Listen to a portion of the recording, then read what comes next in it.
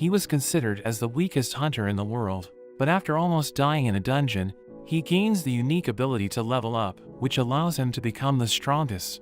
10 years earlier, mysterious gates started appearing all over the world, releasing countless monsters, and they were immune to conventional weapons, so humanity struggled against them. But a group of humans awakened special powers, allowing them to defeat the monsters, and they became known as the Hunters. They're given rankings based on their abilities, and we learn that once their powers awaken, it's impossible for them to level up, so the only way for them to get stronger is to upgrade their equipment. We see a hunter named Kim as a man named Park approaches him, revealing that his wife is pregnant, so he needs to make money by raiding the dungeon. They notice a boy named Jin-Woo approaching, and everyone greets him, as Park wonders if he's someone important.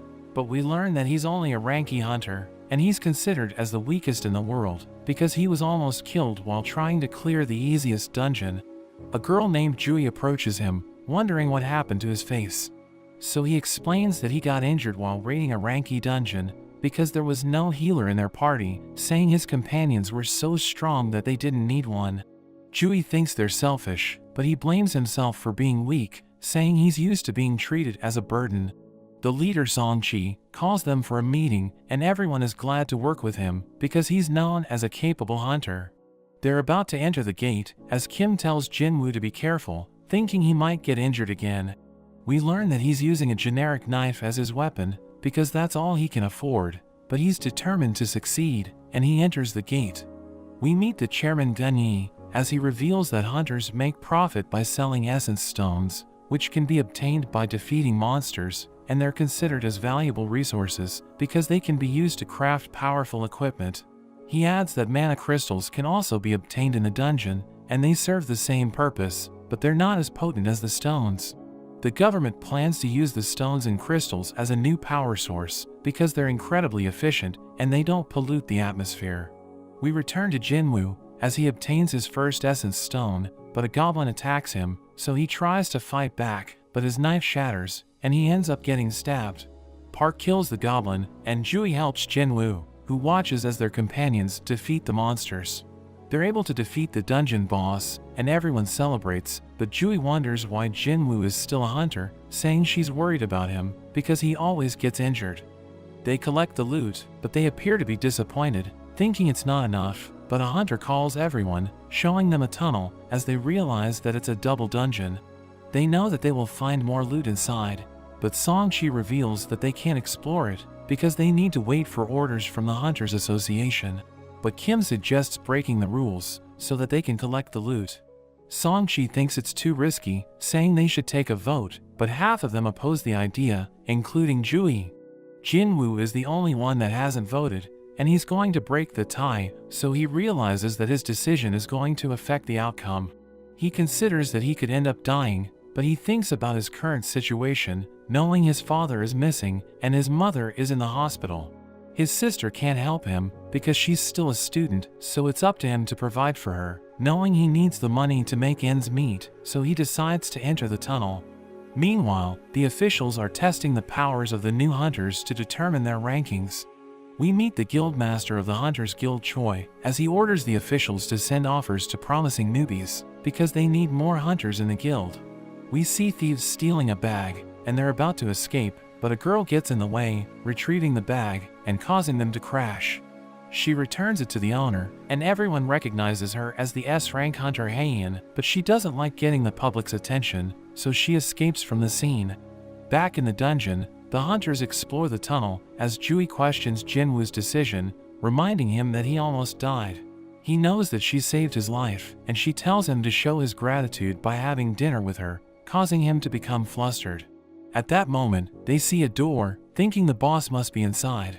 But as they enter it, they realize that it's filled with statues, and Jin-Woo sees one of them, realizing that it's bigger than the others, as everyone wonders why there are no monsters. They see an ancient tablet, which mentions the commandments of the temple, and Song Chi reads it, revealing that it's telling them to worship and praise God, and prove their faith to him, or they won't be able to leave the room alive. But Jui notes that the huge statue appears to be watching them, and the door suddenly closes, causing everyone to panic. A hunter tries to leave, saying they shouldn't have entered the tunnel, but a statue attacks him, killing him in an instant, and everyone falls into despair, wondering how they're supposed to escape. Jin-Woo thinks that the statues are too strong to be in a D-rank dungeon, and he looks at the huge statue, realizing that it's watching them. He recalls how he always has a brush with death during his raids because he can't keep up with the other hunters. But he never gave up, and he learned to compensate for his weakness by observing everything in detail. He can tell that they're in trouble, so he tells everyone to take cover as the statue fires an energy beam, destroying everything in its path. Everyone realizes that their lives are in danger, and Song-chi tells everyone not to move because it could trigger another attack. He approaches Jin-Woo, wondering how he was able to sense the danger. He explains that it was just a gut feeling, but he realizes that Song-chi lost his arm, and he tells Jin-Woo to help him stop the bleeding. So Jin-Woo covers him with bandages, as he mentions that he was planning to ask for Jui's help. But she always freaks out when she experiences pressure, and this explains why she only joins easy raids, despite being a B-rank healer. Song-chi explains that he's been to B-rank dungeons, but he's never seen a monster as powerful as the statue, thinking it belongs to an S-rank dungeon.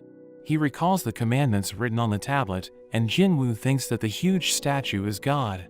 Song-chi knows that they're no match for it, so they need to find a way to escape.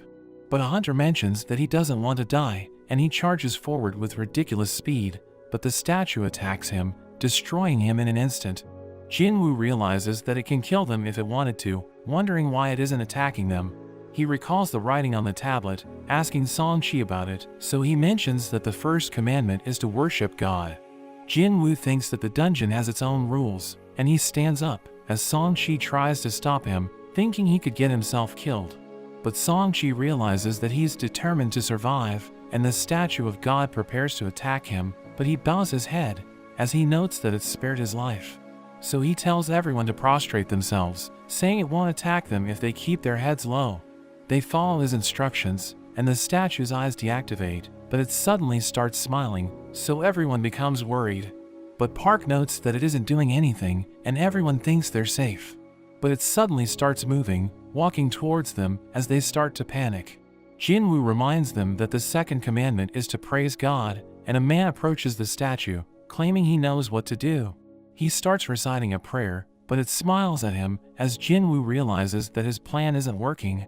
He gets crushed to death, and everyone starts running away as it chases after them. Park thinks about his family, knowing they're waiting for him to return, but he approaches a statue, and it starts moving, slicing him in half. Jin-Woo thinks about the second commandment, realizing that the statues with weapons are killing his companions, and he sees statues with instruments, thinking they need to be activated, so he tells everyone to approach them. They follow his instructions, and the statues start playing the instruments, causing them to feel relieved, because their lives have been spared. Jin-Woo approaches a statue with Jui, but it doesn't activate, and he realizes that it won't work if there are two people close to it. So he tells Jui to stay there, and he runs to activate the last one, but the statue of God starts pursuing him. It's about to crush him to death, and he manages to avoid it, but he gets blown away, activating another statue by accident. It attacks him, smashing the ground, and Jui thinks he's dead, but we see him crawling to the last one, refusing to give up, as the statue of God continues to pursue him. It stomps on him, but the last statue starts singing, and we see that he was able to activate it. So the statue of God spares him, returning to its throne, as he realizes that they have completed the second commandment. Jui approaches him, but she realizes that he lost his leg, so she tries to heal him, but she ends up reaching her limit. Everyone realizes that their companions are dead, and Kim blames Song-chi for everything, because he's the leader of the group. Their companions think Kim is being unfair, because he suggested breaking the rules, and they start blaming each other. But Song-chi takes responsibility, because he was the one who made the final call. An altar suddenly appears, as Jin-Woo explains that the third commandment is to prove their faith to God, thinking they need to perform a human sacrifice to survive. Kim tells Song-chi to offer his life, because he's the leader of the group, and he agrees to this, so he approaches the altar. But a fire suddenly appears, so everyone becomes confused, and Jin-Woo tells them to help him reach the altar, because he wants to examine it. As they approach it, more flames appear, and Jin-Woo wonders if anyone will arrive to rescue them. But Song Chi explains that the gate is about to fully open, so nobody will be able to save them. We learn that a gate remains inactive for 7 days after it appears, but after that period, monsters will be able to enter the world in what's known as a dungeon break. So hunters are sent into the gate to prevent it from happening by defeating the dungeon boss, and Jin-Woo realizes that if they fail, the statue of God will be able to enter their world, so they need to clear the dungeon at all costs. He advises everyone to approach the altar, and more flames appear as the altar activates, causing a ring of blue flames to surround it. The door opens, as everyone wonders if they can leave, but the statues start moving as a blue flame disappears. Everyone panics, but Jin-Woo notes that the statues stop when he looks at them, and he tells everyone to keep their eyes open so that the statues won't be able to move. It appears to be working, but one of them panics, and she starts running away, causing a red flame to disappear. She manages to leave the room, and everyone wonders what's happening, because the commandment is to prove their faith. Jin-Woo thinks it's a trap, but another one runs away, so he warns the others that they will have blind spots if more people leave. He thinks the blue flames serve as the timer, and the goal is to survive until they disappear, but Kim knows he isn't sure, because he has no evidence to support his theory. Kim thanks him for helping them survive, but he mentions that he has a family waiting for him, and he decides to run away. Jin-Woo realizes that they can't stop all of the statues, and Song Chi tells Jui to escape with Jin-Woo, but her legs stop moving because she has already spent all of her energy. So Jin-Woo tells Song Chi to escape with her, saying he won't be able to run away because he only has one leg, and he gives her an essence stone, telling her to use it to buy dinner. She doesn't want to leave him, but Song Chi knocks her out and carries her away.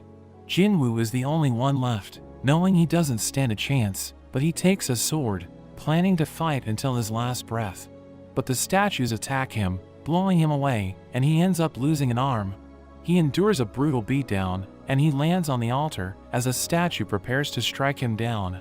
He notes that he doesn't want to die, so he starts crying, but the timer expires as he receives a system message asking him if he wants to become a player. He wakes up in a hospital, realizing that his body has been completely healed.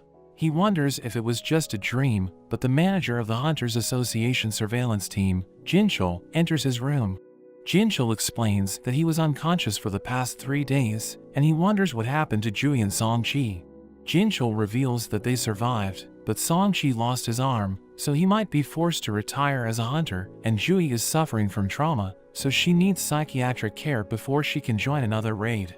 He reveals that the White Tiger Guild rushed to the dungeon because they were alerted by the survivors, but they never saw the statues, and Jin-Woo was found lying on the ground. Everyone finds this strange, but they believe that the survivors are telling the truth because the remains of the other hunters were found on the scene. Jin-Chul thinks that an E-rank hunter could never survive the incident, so he believes that Jin-Woo unlocked a new level of power through his second awakening. He pulls out a gadget, explaining that it will measure Jin-Woo's magic, and he becomes excited, thinking he has become stronger. But as he touches it, we see that his score is 10, which is considered abysmal, because even the weakest hunters get a score of 70. So Jin-Chul explains that they were mistaken, and they leave the room, thinking he's as weak as a civilian. Jin-Woo is disappointed with the result, but he wonders why they didn't inquire about the screen, because he can see it floating in his room. He wonders if he's the only one who can see it, and at that moment, his sister Gina arrives, revealing that she was worried about him. She tells him that she will quit school and get a job so that he can stop being a hunter because he always ends up in the hospital. He apologizes for making her worried, and he inquires about the screen, but she becomes confused because she can't see it. He asks her how she checks her messages in video games, and she tells him that he just needs to open the message box. So he mentions the message box, and the system recognizes his command, informing him that he has a daily quest. He thinks about how he has become a player, and Gina decides to let him rest as he reads his notifications, realizing that the system is designed to assist him, but he will receive a penalty if he fails to comply. He accepts the daily quest, and the system gives him a simple workout routine, warning him that he will receive a penalty if he fails. But Jin-Woo thinks it's impossible to complete it because he's still in the hospital, so he decides to take a nap. Meanwhile, Jin-Chul reports to Gun Yi, informing him that Jin-Woo didn't undergo a second awakening. Gun-Yi mentions that the case is full of mysteries, thinking there's still much they need to learn about dungeons, so they decide to label it as a special case, which will require further evaluation. Choi orders Haein to become the instructor in a brink raid, saying it will serve as practical training for the new recruits. She thinks she isn't fit for the role, but he tells her that she just needs to fight, and everyone will learn from her example. Choi reveals that the Hunters Guild is one of the largest in the country, but they're nothing compared to the best guilds in the world. He knows that a hunter's rank can't be changed, but he thinks they can improve by working on their combat abilities. Jin-Woo is sleeping on his bed, but the timer for the quest expires, and the system informs him that he has failed his quest. So the ground starts shaking, causing him to wake up, and he finds himself in the middle of the desert, wondering if he's dreaming. But he encounters a giant centipede, as the system tells him to survive for 4 hours, so he panics and he starts running away as the monster chases after him. But more centipedes appear, and he eventually becomes exhausted. He's about to get eaten, but the timer expires, so he returns to the hospital as the system informs him that he has completed the penalty quest. But he ends up collapsing, and the nurses enter his room, wondering what happened to him.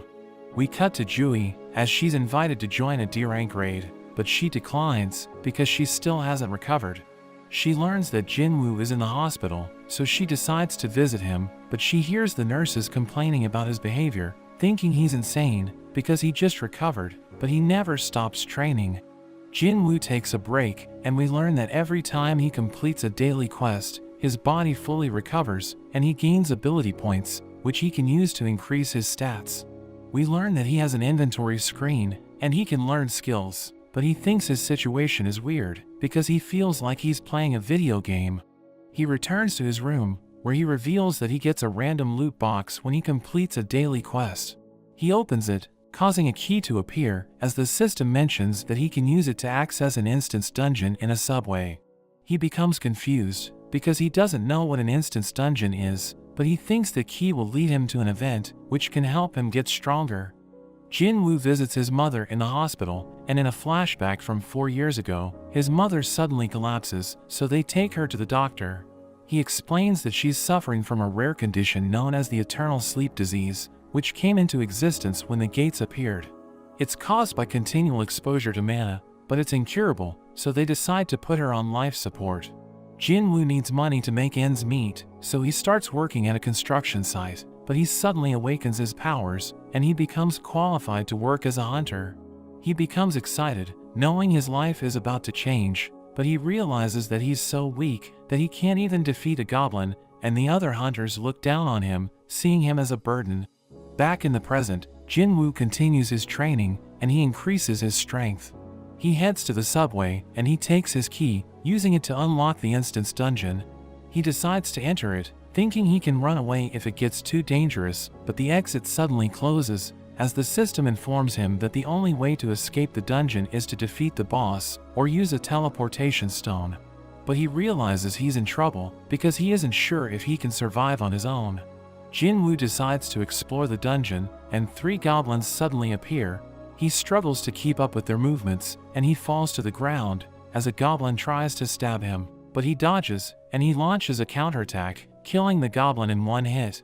The others continue to attack him, but he easily defeats them, as he notes that he has become stronger. But a wolf suddenly appears, and it charges at him, shattering his knife. He realizes that it's stronger than the goblins, and his legs start trembling as he realizes that he's afraid. The wolf charges in, and it manages to scratch him, as he notes that he has no healer, so he's going to die if he suffers a fatal injury. He evades the wolf's attacks, as he notices that his body feels lighter than usual, and he manages to overcome his fear. He punches with all his might, knocking the wolf down, and he realizes that he was able to hurt it, because he focused on improving his strength. But the wolf recovers, and it lunges at him, so he tries to stop it with his fists, but he realizes that his attacks are working.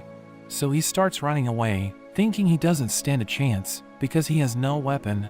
But at that moment, he recalls that he saw something in his inventory, so he opens it, and he takes a magic sword, as the wolf lunges at him, but he attacks it, slicing it in half. He wonders why he has the sword in his inventory, because he knows that it belongs to Kim, and it's too expensive for him to afford. But he decides not to think about it, and he notes that his wounds have healed. But 2 more wolves appear, as he realizes that his sword is stuck in the ground. So Jin-Woo starts to panic, but as the wolves approach him, he manages to lift it, and he takes a swing, but the wolf is able to catch it. So he kicks it, causing it to weaken its grip, and he slices its head off. Seeing this, the other wolf decides to retreat, and as he rests, he realizes that he has reached level 2. He notes that he never leveled up by completing quests, so he realizes that actual combat allows him to gain experience. He notices that all of his stats have increased, thinking it's more efficient to get stronger by leveling up, because he acquires 5 points with each level, while the daily quests only give him 3 points. But Jin-Woo realizes that he just defeated 5 monsters, thinking he shouldn't get carried away, and he checks for magic gems, but he finds an item instead. The system tells him that he found a shop, and he tries to buy something, but he realizes that he can't, because his level is too low. He decides to sell the item, allowing him to earn 20 gold, but he wonders how much it's worth in cash, thinking it isn't much, because he appears to be in an E-rank dungeon. He wonders how he can clear the dungeon, because he doesn't know where to find the teleportation stone, and he thinks he isn't strong enough to defeat the boss. But he thinks he might stand a chance if he continues to level up, and he encounters a pack of wolves, but he isn't afraid of them. He charges in, swinging his blade, and killing them as they approach him. He ends up getting surrounded, but he isn't bothered, and he slaughters all of them, allowing him to level up. Jin-Woo realizes that his sword is about to break, but he knows that weapons are expendable, and he's glad that the fight is over. He checks his inventory, and he realizes that he has already acquired the teleportation stone.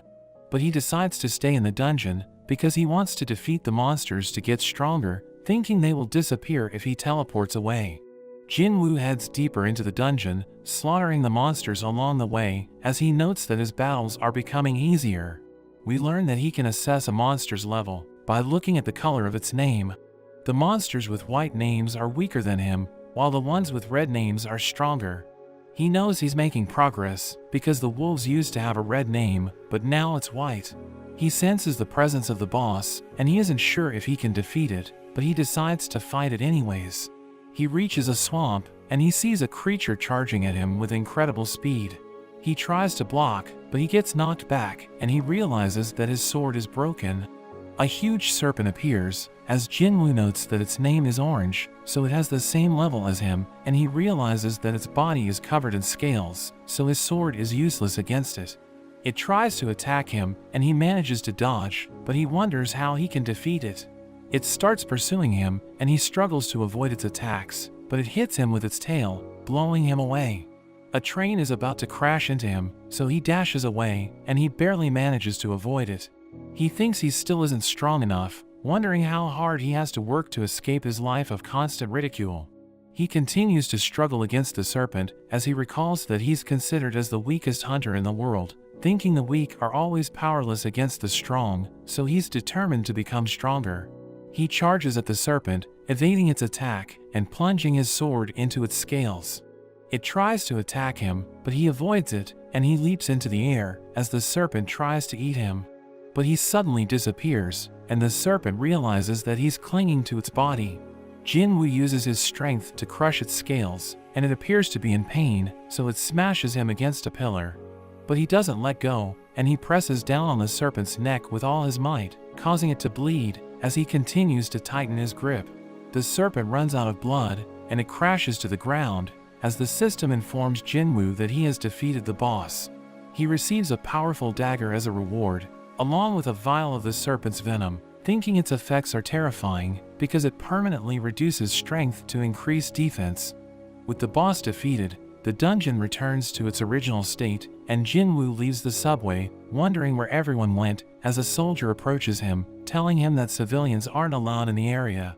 But the soldier sees him carrying a sword, realizing he's a hunter, so he apologizes for being rude, saying he will escort him to the area. Jin-Woo notes that the city is in ruins, and the soldier tells him that there was a dungeon break, but all of the monsters have been dealt with, except for the boss. He senses a powerful presence, and we see a huge golem fighting a group of hunters, as the civilians watch them from a distance. The hunters struggle against the golem because its defense is ridiculous, so even their most powerful attacks aren't working. Jin-Woo arrives, and he notes that they're weak because most of them are only E-ranked. He realizes that Jui is with them, and she tries to cast a spell, but she recalls what happened in the dungeon, so she loses her composure. Jin-Woo realizes that she still hasn't gotten over the trauma, and he decides to help them, knowing they're fighting against a D-rank boss, which is weaker than the one he just defeated. The hunters are about to get overwhelmed, but Jin-Woo launches his sword with incredible strength, and it hits the golem, creating an opening for the other hunters, who use the opportunity to take it out. One of them wonders how they were able to defeat it, because their attacks weren't working, and he sees the sword on the ground, so he inquires about it. A soldier points to Jin-Woo, but he's nowhere to be found, and we see that he has already left the scene, because he wasn't expecting his attack to have such an impact. Back in the hospital, Jin-Woo continues his workout routine, and a nurse enters his room, but she's surprised to see that he's already ripped, wondering how he was able to achieve it in just a few days. She informs him that he's going to get discharged, but as he's about to leave his room, she asks for his number, because she can't resist his charm. We meet the S-rank hunter Beck, who is invited as a special guest in a TV show. The interviewer asks him about his daily routine, so he tells her that he's always training, because he doesn't want his combat skills to get rusty. He reveals that he used to work as a firefighter, so he knows how to respond to dangerous situations. Gina is watching the interview, but she realizes that she's already late, and Jin-Woo tells her to be careful on her way to school. She notices he looks different, thinking it must be because of his training, and she's about to leave for school, but he gives her an umbrella, telling her to stay safe. After she leaves, he checks his daily quest, as he notes that he gained muscle mass, thinking it must be because his stats increased. He notes that he still hasn't distributed his ability points, thinking he needs more than just strength to defeat powerful monsters, so he decides to use them to improve his agility and perception. At that moment, he receives a call from the landlord, who tells him that his rent is due, so he promises to pay immediately. He knows that he has become stronger, so he thinks he'll be able to earn more money by raiding dungeons, but he notes that it's difficult to find a good job, because his rank is still at E. He thinks about undergoing a reevaluation, thinking it will allow him to raise his rank and earn more money. But it would attract too much attention, knowing his case is unusual, so he ultimately decides against it. He's surprised when he sees a high-paying job for rank E hunters, so he rushes over to the location and completes his daily quest along the way. He meets a hunter named Don-suk, who explains that his party only has 6 members, and they need 8 people to enter the C-rank dungeon, so they're hiring hunters to fill the slots. But he mentions that Jin-Woo won't share the spoils, because he won't be fighting the monsters, but they will pay him a large commission for joining them. Jin-Woo accepts the job, and Don-suk orders him to carry their luggage, but he wonders why the party has no healer, so Don-suk tells him that they're already used to fighting without one. He finds this strange, and he reads the contract, realizing that they won't be liable for anything that happens to him in the dungeon, but he signs it anyways. A D-ranked hunter named Yujin approaches him, revealing that he also accepted the job, and everyone is impressed with his equipment, thinking he must be from a rich family. They prepare to enter the gate, as everyone notes that it looks enormous, but Jin-Woo explains that the size of the gate doesn't matter, and the Hunters Association classifies it based on the amount of magic power it exudes. They enter the gate, and they realize that the dungeon is too dark, so the mage Kwon lightens up the area, allowing them to see what's inside. But Jin-Woo notes that it reminds him of the temple because it's pitch black, and there are no monsters blocking their path. As they head deeper into the dungeon, they hear monsters approaching, so everyone prepares for battle. But they're surrounded by openings, so they panic, wondering where the monsters will come from. But Jin-Woo observes his surroundings, and he warns them that the ants will attack from above. So they're able to respond on time, and they start fighting the ants, as Jin-Woo notes that they're used to working together. He observes that Yujin lacks strength, but his equipment allows him to make up for it, and he's glad that everyone is doing well, but he admits that he's frustrated, because the job is too easy. They're able to defeat the ants, and they start searching for magic gems, as Don-suk wonders how Jin-Woo was able to predict where the ants would come from. He mentions that it was just a gut feeling, and Kwon notes that the ants have bite marks, thinking they were attacked by a powerful monster. Yu-Jin is happy that he was able to kill a monster, revealing that this is his first mission, so his father bought him expensive gear, but Jin-Woo warns him to be cautious, because he can sense that something's wrong. At the White Tiger Guild, we see the hunters in the gym when they notice an explosion, but they maintain their composure, because it happens all the time, knowing their guildmaster is just training. We see that Beck blew a massive hole into a boulder, but he mentions that it isn't even a warm-up, ordering his subordinates to clean it up. We return to the dungeon, as Jin-Woo continues to carry the luggage for the group. But he thinks that Dan-suk's party is suspicious, because they have no healer despite their excellent teamwork. They see injured ants along the way, thinking the boss should be nearby, and as they proceed deeper into the dungeon, they reach an area surrounded by mana crystals, thinking they're going to be rich. Yu-Jin reads Jin-Woo's contract, and he explains that the crystals don't count as spoils, so Jin-Woo must receive a portion of it. Dan-suk agrees with him, but he reveals that the boss is guarding the crystals, and they know that the dungeon will close after it's defeated. So he suggests mining the crystals before they deal with it, knowing it's still sleeping, but Dan-suk explains that they left their mining tools, so they need to leave the dungeon to get it. They leave Yu-Jin and Jin-Woo inside, and Dan-suk orders Kwon to block the path, so he uses his magic, causing an explosion which seals the entrance. Jin-Woo realizes that they have been betrayed, as he recalls that Song-chi warned him that the crime rate for dungeon raids is high, because there's no way to tell if a hunter has been murdered in a dungeon. Yu-Jin blames himself for talking about the contract, but Jin-Woo knows that Dan-suk's party was planning to kill them from the very beginning. The spider approaches them, and Yu-Jin promises to protect Jin-Woo, who notes that the spider is stronger than the bosses he defeated so far.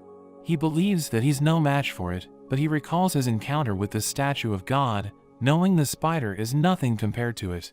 So he tells Yu-Jin to stand back, as he prepares to fight the boss. Dan-suk's companion wonders why they're using the spider to eliminate Jin-Woo and Yu-Jin, so he explains that he didn't want to risk waking it up. He thinks that it will go to sleep after it eats them, and he reveals that there's a small path above the cave, planning to use it to return, as he mentions that Jin-Woo and Yu-Jin are as good as dead.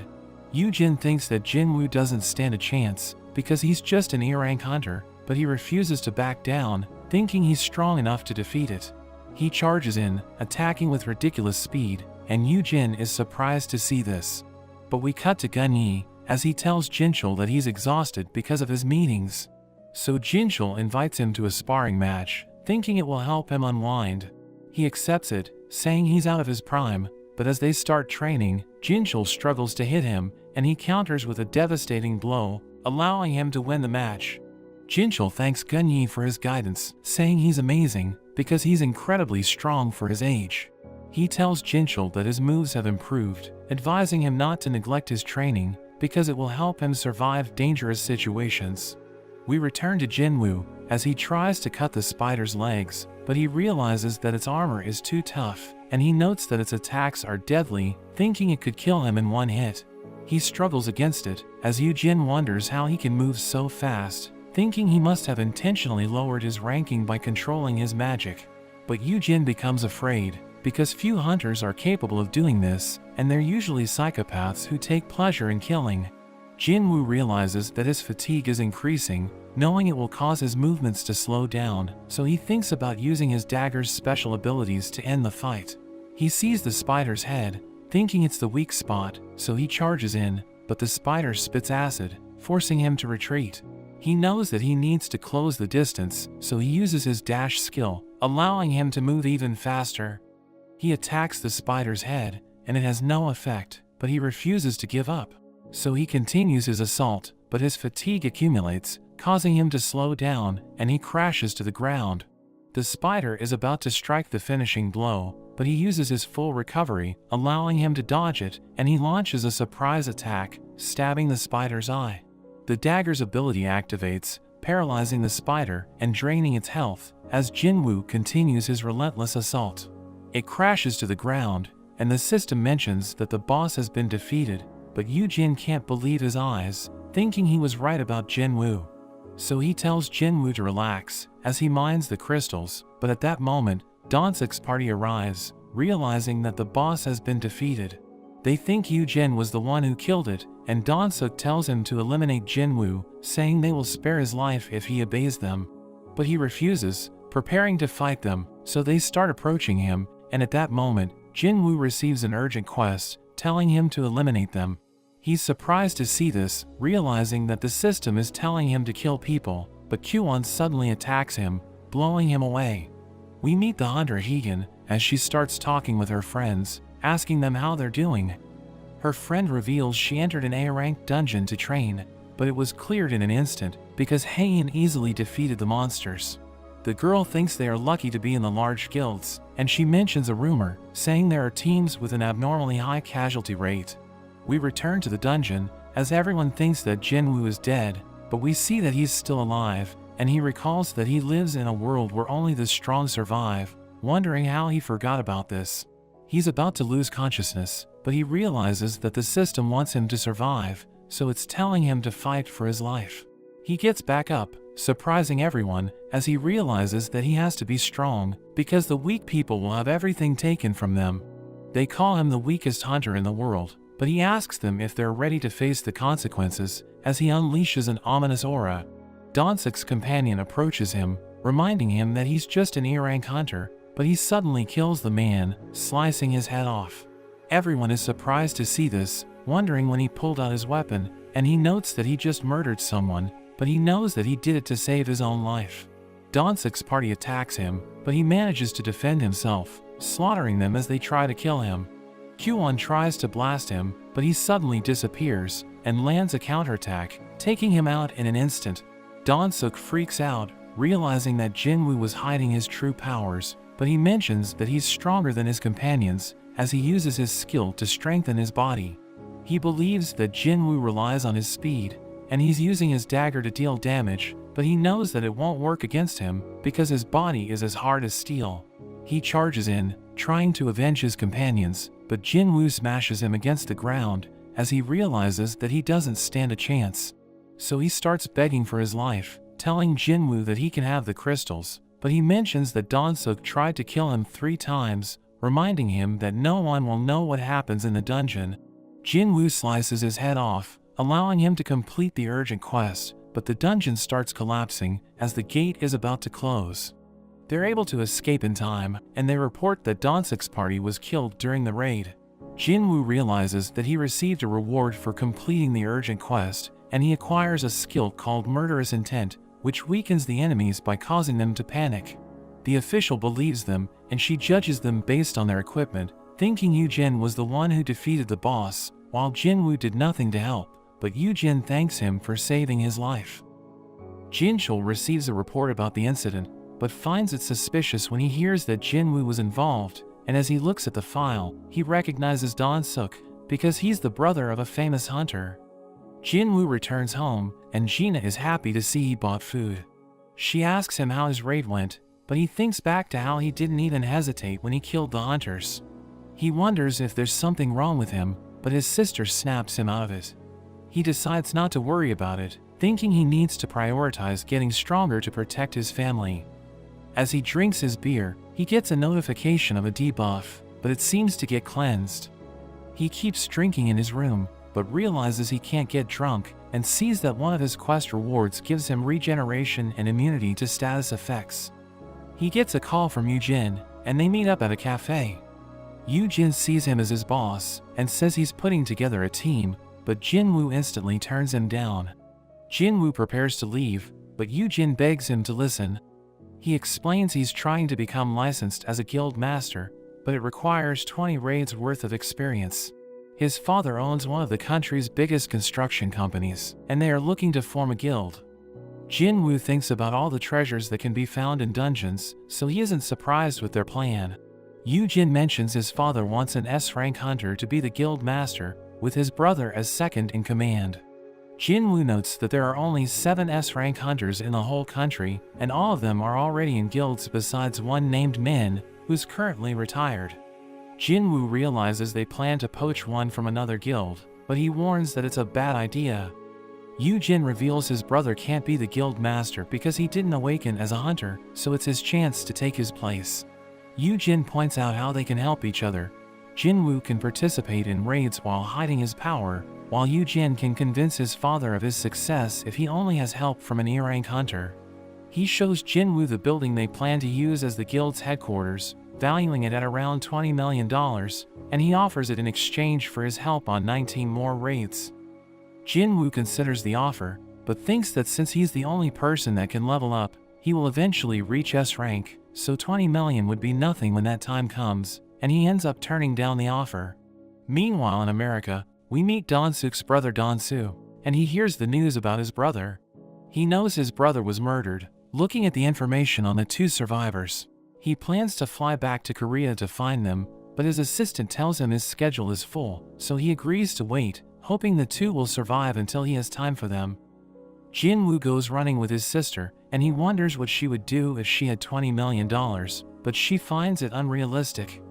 As Jin-Woo goes to complete his daily quest, he realizes that the counter can go beyond his requirement. He decides to test the limit, and realizes he can do double the requirement. It turns into a secret quest, and he gets the option to receive a blessed loot box. It turns into another key, which seems to lead to the demon's castle, with a difficulty rank of S. He's shocked when he sees that it contains the ingredients for the elixir of life, and he thinks he can use it to save his mother.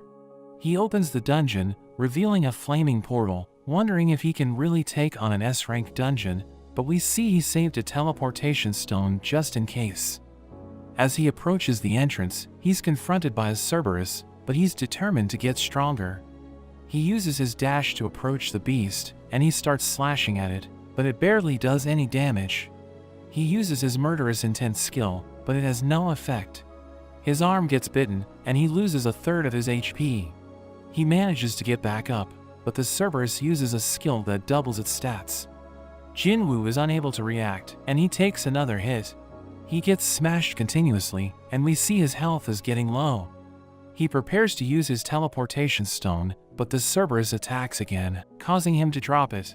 He wonders how he can survive, and he decides to try the snake's poison, remembering how he has debuff immunity, so he's able to get rid of the negative effect. The Cerberus lunges at him, taking another bite out of him, but he survives, and sees that the Cerberus's skill has ended. He rushes at it, and he's finally able to do some damage. The beast bites down on him, but he barely survives, and he stabs the dog's eye. He stabs it repeatedly, and he manages to kill the beast. He levels up after the fight, allowing him to heal, and he's glad that it's over. He receives another key to unlock the demon's castle, as well as the formula for the elixir of life, which requires 3 items from within the castle. Jin-Woo realizes he needs to get stronger before he takes it on, but he swears to be back for it soon. He meets up with Yu Jin, saying he has changed his mind, so he's going to be joining the raids, under the condition that they will enter the dungeons alone. Yu Jin is surprised to hear this, reminding him that they need 8 members to enter the C-rank dungeons, but he explains that they can just hire people to meet the quota. Yu Jin thinks it's too risky, but Jin-Woo tells him that they will be able to clear dungeons without casualties, and his father will be impressed to learn about this. He realizes that Jin-Woo has a point, so he decides to look for members to join them. We see Haein in the middle of her training session, and while she rests, she's approached by a man who invites her to be the guild master of Yujin's guild. Yujin's father Han tells him that the world has changed since the dungeons appeared, saying it can no longer maintain its infrastructure without the resources from the dungeons. Han knows that the world is relying on hunters because they're the only ones who can gather the resources, and they're controlled by the association, which is owned by the state. But he reveals that the guilds are the ones making a fortune, since they're earning profits as the hunters gather resources. He mentions that the top guilds in the country are extremely wealthy, so he wants to establish his own guild, thinking it will benefit everyone. We return to Jin-Woo, as he completes his daily quest, realizing that he can no longer go beyond his requirement, so he can't get another blessed loot box. He wants to receive an item which will help him get stronger, and he opens a regular loot box, but he receives a bingo card, thinking it's useless. He realizes that completing daily quests is inefficient, so he wants to fight monsters to become stronger. He thinks about defeating the centipede at the penalty zone, thinking it will help him level up, but he isn't sure if it will give him any XP.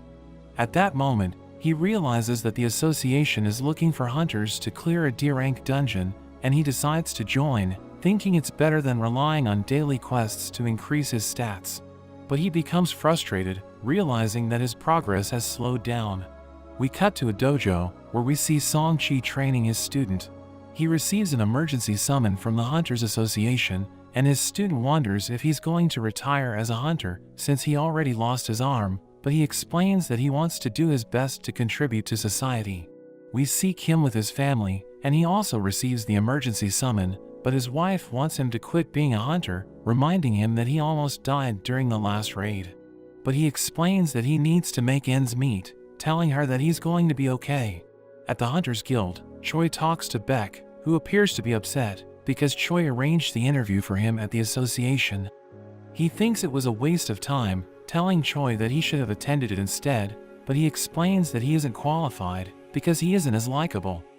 He tells Beck that Han is preparing to launch his own guild, but Beck reveals that he already knows about this, asking Choi why he wanted to see him. Jui receives a call from her mother, who reveals that she's worried about her because she appears to be having issues, asking her to quit being a hunter. But she becomes upset, telling her mother to stop running her life, and she ends the call. She starts questioning her capabilities, but she wants to keep on trying, and as she leaves her room, we see that she has received the emergency summon. Haein approaches Choi, and she tells him that she was invited to be the guild master of Yujin's guild, but she reveals that she turned them down, and he's happy to hear this. She tells him that she saw Beck on her way to the office, wondering what he's doing there. We learn that Choi told Beck about Jeju Island, revealing that it has been sealed off after their raid failed, and everyone's trying to forget about it. Beck thinks it doesn't matter, but Choi becomes upset, saying he'll never forget what happened on the island. He wants to clear it, asking Beck to help him gather allies, as he wonders if Beck also lost something during their raid. Beck recalls that they ended up getting overwhelmed, leading to the death of his friends, and he continues to think about them to this day. We see Sung Chi walking around the city as he thinks about his magical powers, thinking it doesn't fit him since he's a swordsman. Along the way, he encounters Jin-Woo, realizing that his leg has been healed, so Sung Chi wonders what happened to him.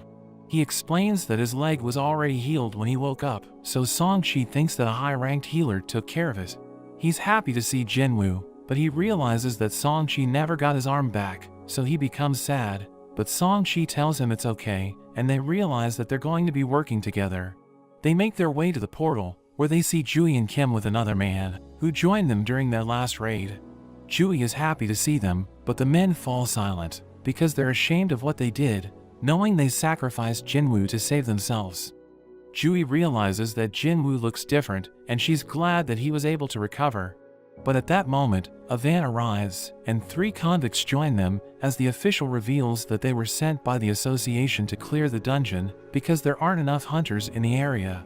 She assures everyone that they won't cause trouble, because the B-rank hunter Kang will be watching over them, thinking he should be able to dispose of them if they don't cooperate. Jin-Woo finds them suspicious, telling Jui not to participate in the raid, but she tells him that she's joining because she wants to stay with him. Kang removes the convicts' restraints, but he warns them that he will kill them if they act up. He wonders who's going to be acting as the raid leader, and Jin-Woo tells Sung Chi to take the role. He thanks Jin-Woo for trusting him, blaming himself for what happened in the temple, as he mentions that they were only able to survive because of Jin-Woo. So he thanks Jin-Woo for saving their lives, and they head into the portal, ready to face what lies ahead. They're attacked by goblins, but the convicts are easily able to deal with them, and Sung Chi wonders if they are the real monsters. Jin-Woo also easily takes out the goblins, and Jui notes how she hasn't even needed to heal him. They continue exploring the dungeon, and come to a fork in the road. Kang suggests they should split up, and he decides to take the convicts down one of the paths, but tells them to regroup if they find the boss room. However, thanks to Jin-Woo's perception, he's able to tell which path leads to the boss. He thinks that the goblins aren't enough XP for him, so he tells Sung Chi to take the left path. Kim and the other man take the middle, and they split up, but Jin-Woo notices Kang watching him. Kim takes out a goblin, and he's glad they're pretty weak. The other man hopes things go smoothly, but Kim thinks it can't be that bad since they let the weakest hunter on the mission, so the dungeon must be low level. But the man reminds him that Jin-Woo was also in the last dungeon. Kim feels bad remembering how they abandoned him, and he decides to apologize to Jin-Woo after this mission. Meanwhile, with the convicts, they get bored since the goblins are no challenge. In a flashback, we see Kang talking to a man who complains about the 3 men who abused his daughter, and she ended up taking her own life. But hunters are able to get reduced sentences by participating in dungeon raids. He thinks it's not fair, so he offers Kang money to kill them in the dungeon, saying that no one outside will know what happened. Back in the present, Kang tells the men he plans to report that they died to a horde of goblins.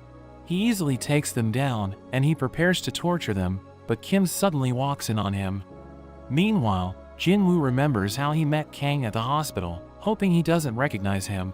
But he suddenly hears a scream, so they rush back and find the bodies of the convicts. Kim's companion is down, and Kim is also in terrible condition. Jui quickly goes to heal him, and Song-chi can tell he was attacked with a blade. Kim thinks he can't be saved, but Jin-Woo reminds him about his family, wanting him to survive so he can hold his grudge against him. Kim wishes he could apologize under better circumstances, but says he's sorry as he fades away. Kang watches them from above, preparing to attack, but Jin-Woo catches his arm. Kang is impressed, but Song-chi wonders why someone from the association would do something like this.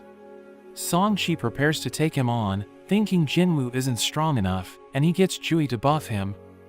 Even though Kang is higher ranked than him, he thinks assassins usually have low defense.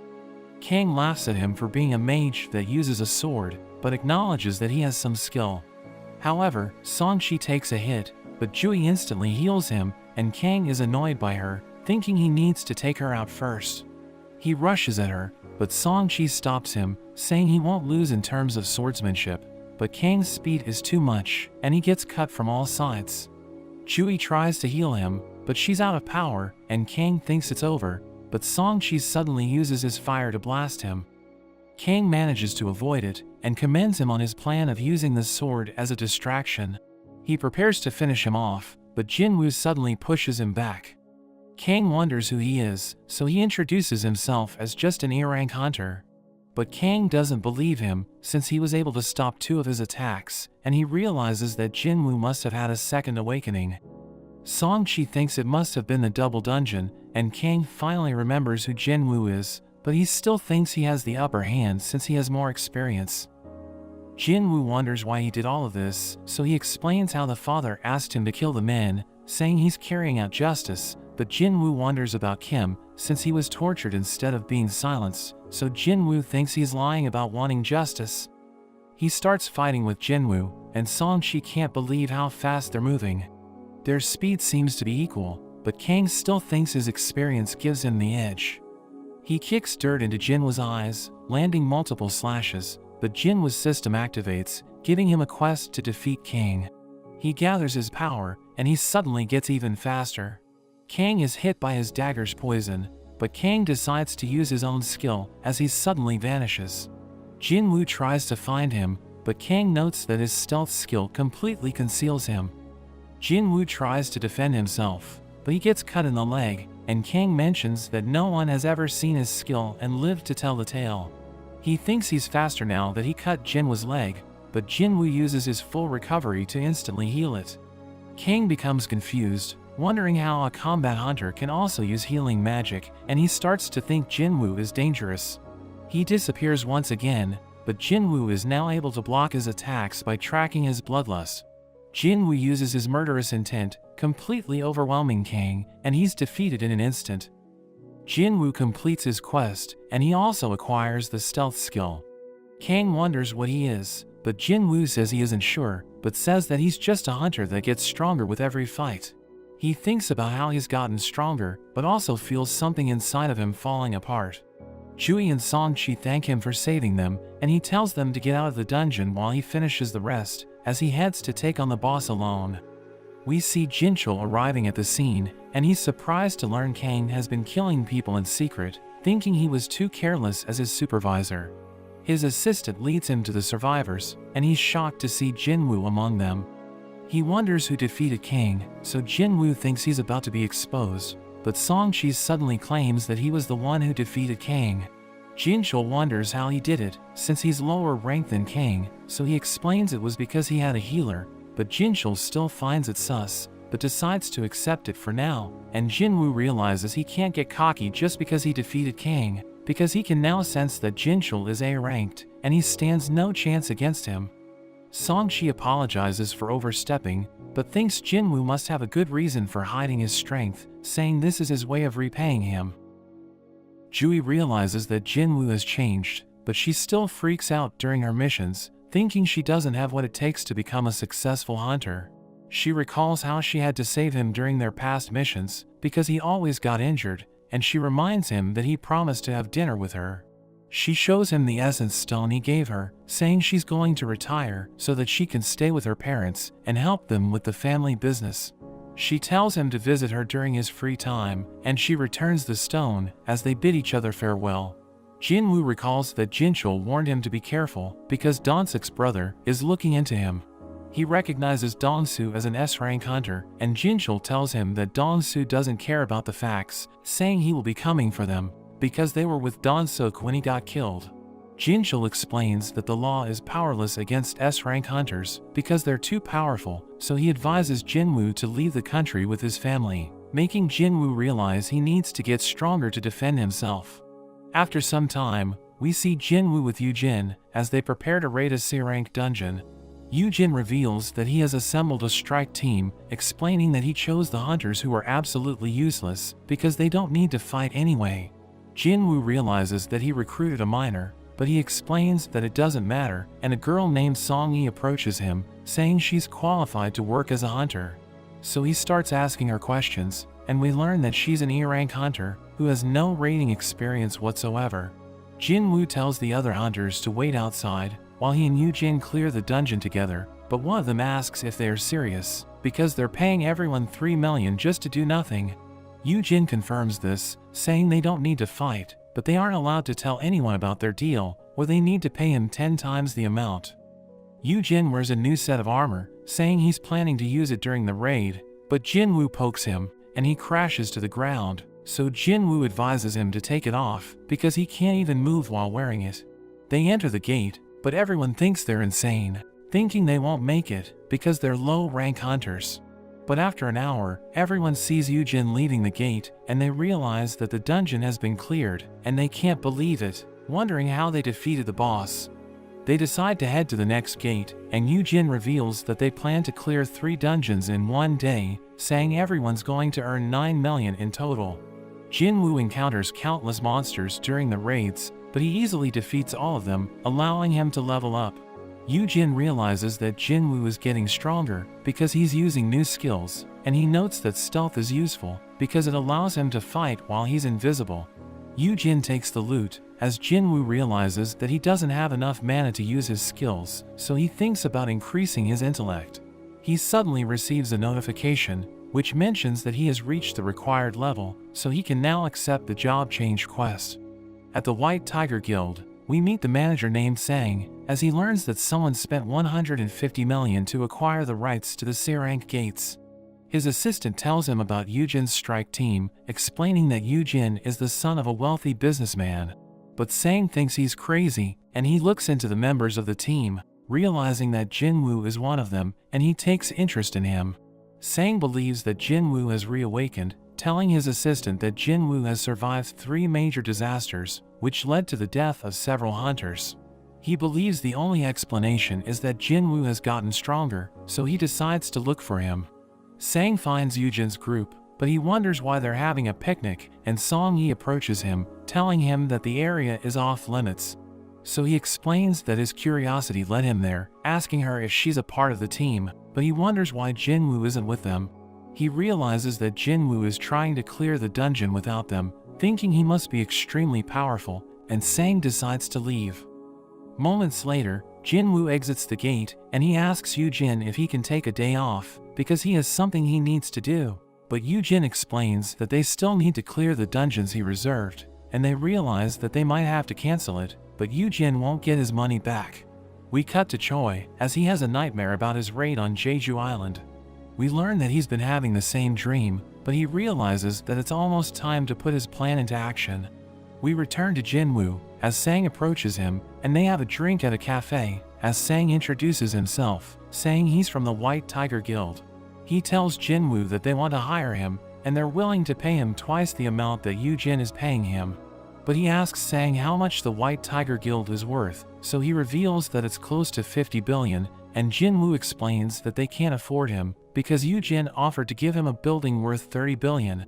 Sang is surprised to hear this, and Jin-Woo is about to leave, but he wonders how Sang learned about him.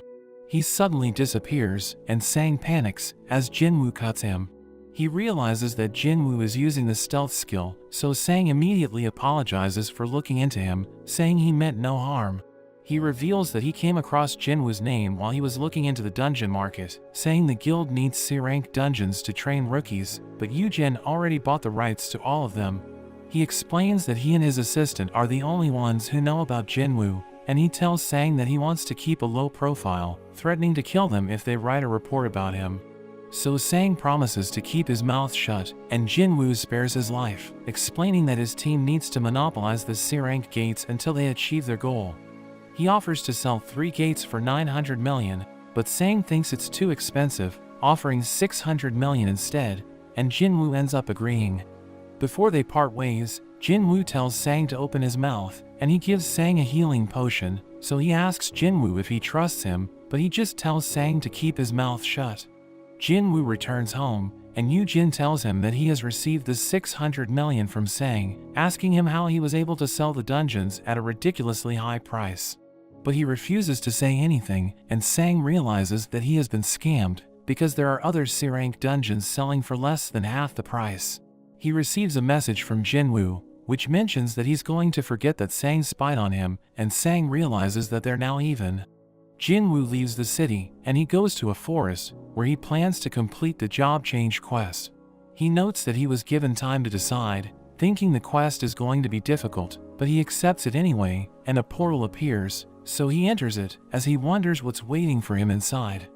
He realizes that the dungeon is too peaceful, but the system informs him that he can't heal while he's inside, and he can't leave until he has cleared the dungeon. A knight approaches him, so he equips his dagger, and he manages to land a hit, but it doesn't do anything.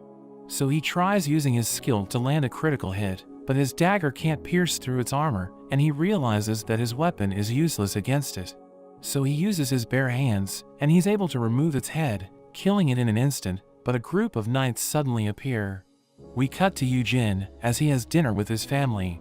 We learn that his brother Yu-Sung is trying to establish a guild, but he can't find an S-rank hunter to lead it, so he thinks about recruiting hunters from overseas. He knows that Yu-Jin is also trying to start a guild in secret, so he tells Yu-Jin not to get in the way, but he chooses not to say anything, thinking his brother will be surprised to learn about Jin-Woo. Jin-Woo uses his brute strength to defeat the knights, and he notes that he's getting tired, but he suddenly senses a presence, so he takes his weapon, and he stabs an assassin, realizing that they have the stealth skill. A mage suddenly attacks him, but it misses, as he realizes that the enemies in the dungeon are similar to the ones he fought in the past. He knows that dealing with them is going to be difficult, because they have different weaknesses, and he notes that he needs higher intellect to deal with the mages. So he struggles against them, and he realizes that his fatigue is starting to build up. But he still manages to defeat them, and he realizes that they dropped an armor, so he decides to wear it, realizing that it's invisible, and it doesn't restrict his movements. He notes that his fatigue has recovered, so he decides to proceed deeper, and he sees an enormous door, so he opens it, thinking he's about to meet the boss. He enters the throne room, where he senses a powerful presence, as the knight commander named Igris appears. He realizes that it's stronger than him, thinking it's nothing like the opponents he defeated so far. It suddenly charges in, and he's able to evade its attack, but it shatters the pillar behind him. Igris takes a swing, and he tries to block it, but it sends him flying, and Igris continues to pursue him as he struggles to keep up with its movements. He tries to fight back, but it dodges his attacks, and he manages to land a hit, but it doesn't do anything. Igris strikes back, and he tries to defend against it, but it manages to overpower him, pushing him back. He notes that he can match Igris's speed, but he's no match for its strength, and his dagger is useless against its armor, so he wonders how he can defeat it. He doesn't think he can win without his weapon, but he decides to throw hands, and Igris throws away his weapons, wanting to fight fair. We see Gun-Yi in his office as Jinchul joins him, telling him that Choi has made his move, and Gun-Yi receives a call from Choi, who reveals that his group is ready to head out. He thanks Gun-Yi for approving the mission, and Gun-Yi explains that the public hasn't forgotten about Jeju Island, telling him to be careful. We return to Jin-Woo, as Igris smashes him to the ground and throws him away. He endures a brutal beatdown, and he notes that he would have died if it weren't for his armor. Thinking the only way to defeat Igris is to boost his speed, so he uses his dash skill and he attacks Igris with everything he has. But it manages to evade his attacks, and it counters, launching him to the air and smashing him into the ground. But Jin-Woo refuses to give up, attacking Igris relentlessly, and he's able to hit its head, causing it to black out. But it immediately recovers, and it becomes enraged, delivering a devastating combo and sending him crashing against the wall. Jin-Woo is exhausted, as Igris summons its sword, trying to finish him off, but he still refuses to give up, pushing the sword away. He equips his dagger, and he uses it to blind Igris, causing it to become stunned, as he smashes it against the corner. But Igris takes his dagger, trying to use it to kill him, but it suddenly disappears, because it can't change owners, so it returns to Jin-Woo's inventory. He equips it once again, and he targets Igris's neck, attacking it with everything he has.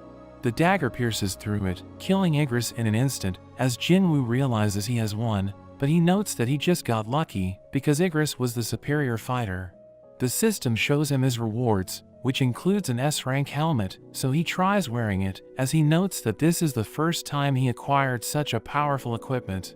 He also receives a rune stone, which allows him to learn a skill called the Ruler's Hand, and he wonders why Igris dropped a teleportation stone, thinking he has already cleared the dungeon. But portals suddenly appear, as the system tells him to survive for as long as possible. It displays a timer, as countless knights enter the room, so Jin-Woo takes them on, but he realizes that there's too many of them. So he uses his stealth skill, thinking about hiding to buy time, but a mage appears, and it casts a spell, which allows the knights to see him.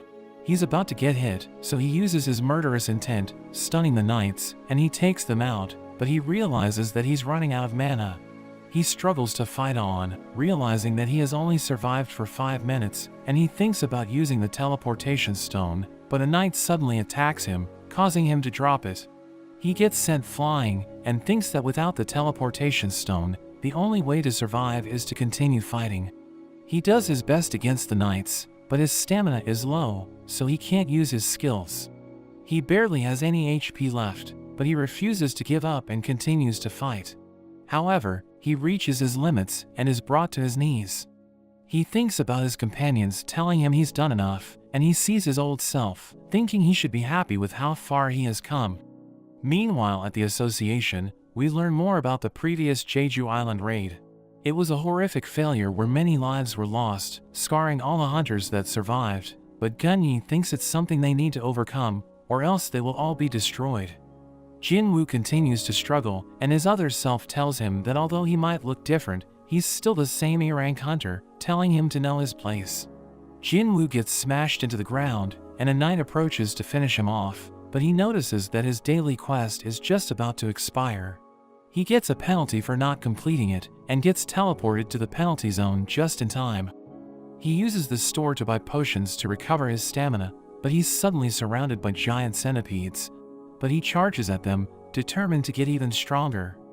He manages to defeat them all, gaining multiple levels, and he has 10 minutes left in the area.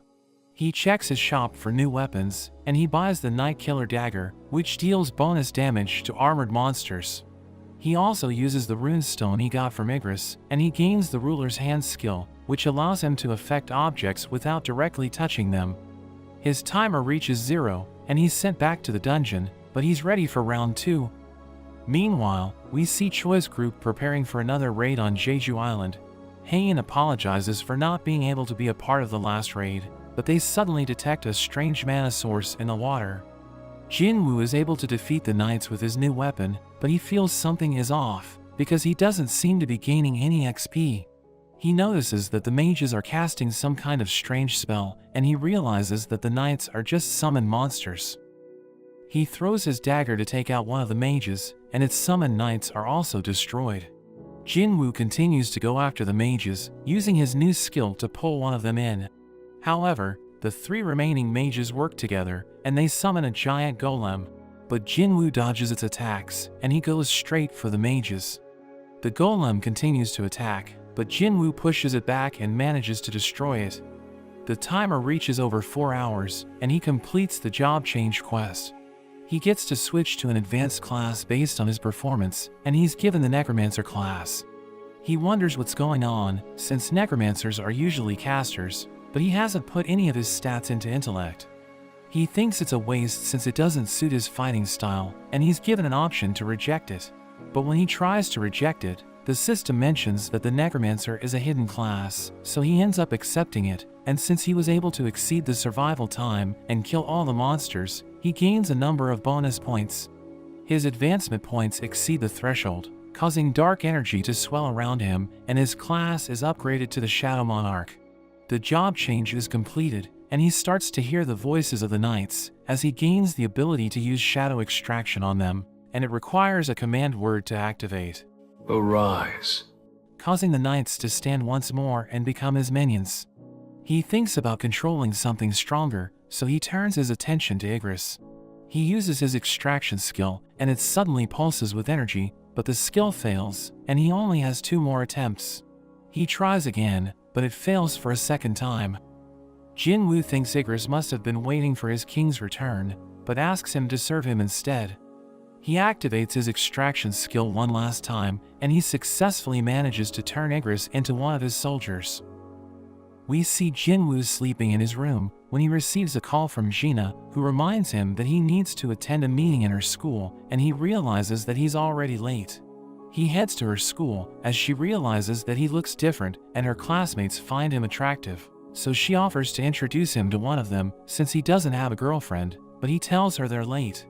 He talks to her teacher, who thinks Gina could get into medical school since she's an excellent student. But the teacher wonders if he will let her work as a hunter if she awakens her powers, and he mentions that he won't, so the teacher asks for a favor. Jin-Woo meets Song Yi, and he shows her Gina's picture, so she realizes that he's her brother. She mentions that she won't return to school because she wants to focus on her career, but he tells her she can't make a living as an A-rank hunter. She refuses to listen to him, reminding him that he's also E-rank, but he explains that he isn't telling her to give up. We see Jinchul at the airport as he welcomes Don-soo to Korea, who recognizes him as the chief of the Hunters Association. He asks Don-soo how long he will stay there, and he tells Jinchul not to worry because he won't be staying for long. Jinchul knows that he wants to meet Jin-Woo and Yoo-jin because they were involved in his brother's death. But he tells Jinchul not to play dumb because the surveillance team knows that he's there to kill them. We see Choi with Gun-Yi, who reveals that the monsters on Jeju Island have evolved, and they're trying to use their wings to fly across the sea. Choi knows that they still can't fly far because they fell into the sea, but he thinks they might become an even greater threat in the future. We return to Jin-Woo as he joins the other hunters waiting near a gate, and he greets Sang, who realizes that he brought Song Yi. We learn that he asked Sang to let her join the raid, and he mentions that their timing is perfect because the C-rank gate just appeared. But a man named Chu suddenly interrupts them, and Jin-Woo doesn't recognize him, so Sang reveals that he's an A-rank hunter and he will serve as the group's tank. Sang explains that they will have an on-site practice, and Chu is the leader of the assault team, but he looks down on Jin-Woo and Song Yi since they're both A-rank hunters. Sang reveals that there are 10 hunters in the team, and half of them are in the B rank, but his assistant Hyun tells Jin-Woo to let them do everything, because most of them are noobs. The team enters the gate, but Jin-Woo suddenly gets a strange feeling, and the gate suddenly turns red, so everyone wonders what's happening. Jin-Woo knows they're in danger, so he tells Sang to contact the assault team, but he gets sucked into the gate. Beck learns about the incident, and he wonders why the gate turned red, so he decides to investigate it himself. The team finds themselves in the middle of nowhere, and they wonder why the gate disappeared, so Chu mentions that they're in a red gate. Jin-Woo explains that they have lost contact with the outside world, saying the only way to get out is to defeat the boss, or wait until the gate collapses. They suddenly get attacked, and an arrow kills one of the C-ranked hunters, so everyone prepares to fight. Song Yi realizes that Jin-Woo saved her life, and Chu sees ice elves above them. Jin-Woo notes that they targeted the weakest members of the team, and they jump away, as Chu tells everyone that they need to follow his orders to survive. But he mentions that he can't lead them all, so he decides to split them into 2 groups, saying he will make sure that everyone in his party will survive. One of the C-rank hunters wants to join him, but Chu pushes him back, saying only the B-rank hunters are allowed in his group. He mentions that 1 day in the Red Gate is equal to an hour in the outside world, and he explains they could be stuck there for months, so he needs to leave the dead weight behind.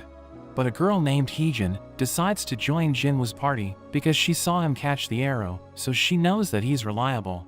Chu mentions that his group will take the main road, and Jin-Woo decides to head towards the forest. So they split up, and Chu sees claw marks on the trees, so he knows that there are ice bears in the area. He thinks Jinwoo's party will get wiped out, but his companion doesn't care, and he tells everyone to prepare for battle as a group of ice bears appear. One of them attacks him, but he stops it with his shield and slices it in half. Meanwhile, Heejin tells Jinwoo that they're in the territory of the ice bears, so she suggests turning back. But he tells her they should go deeper in the forest because he knows that the elves are an even greater threat. He realizes how cold it is, so he takes jackets out of his inventory and gives them to everyone in the group to wear.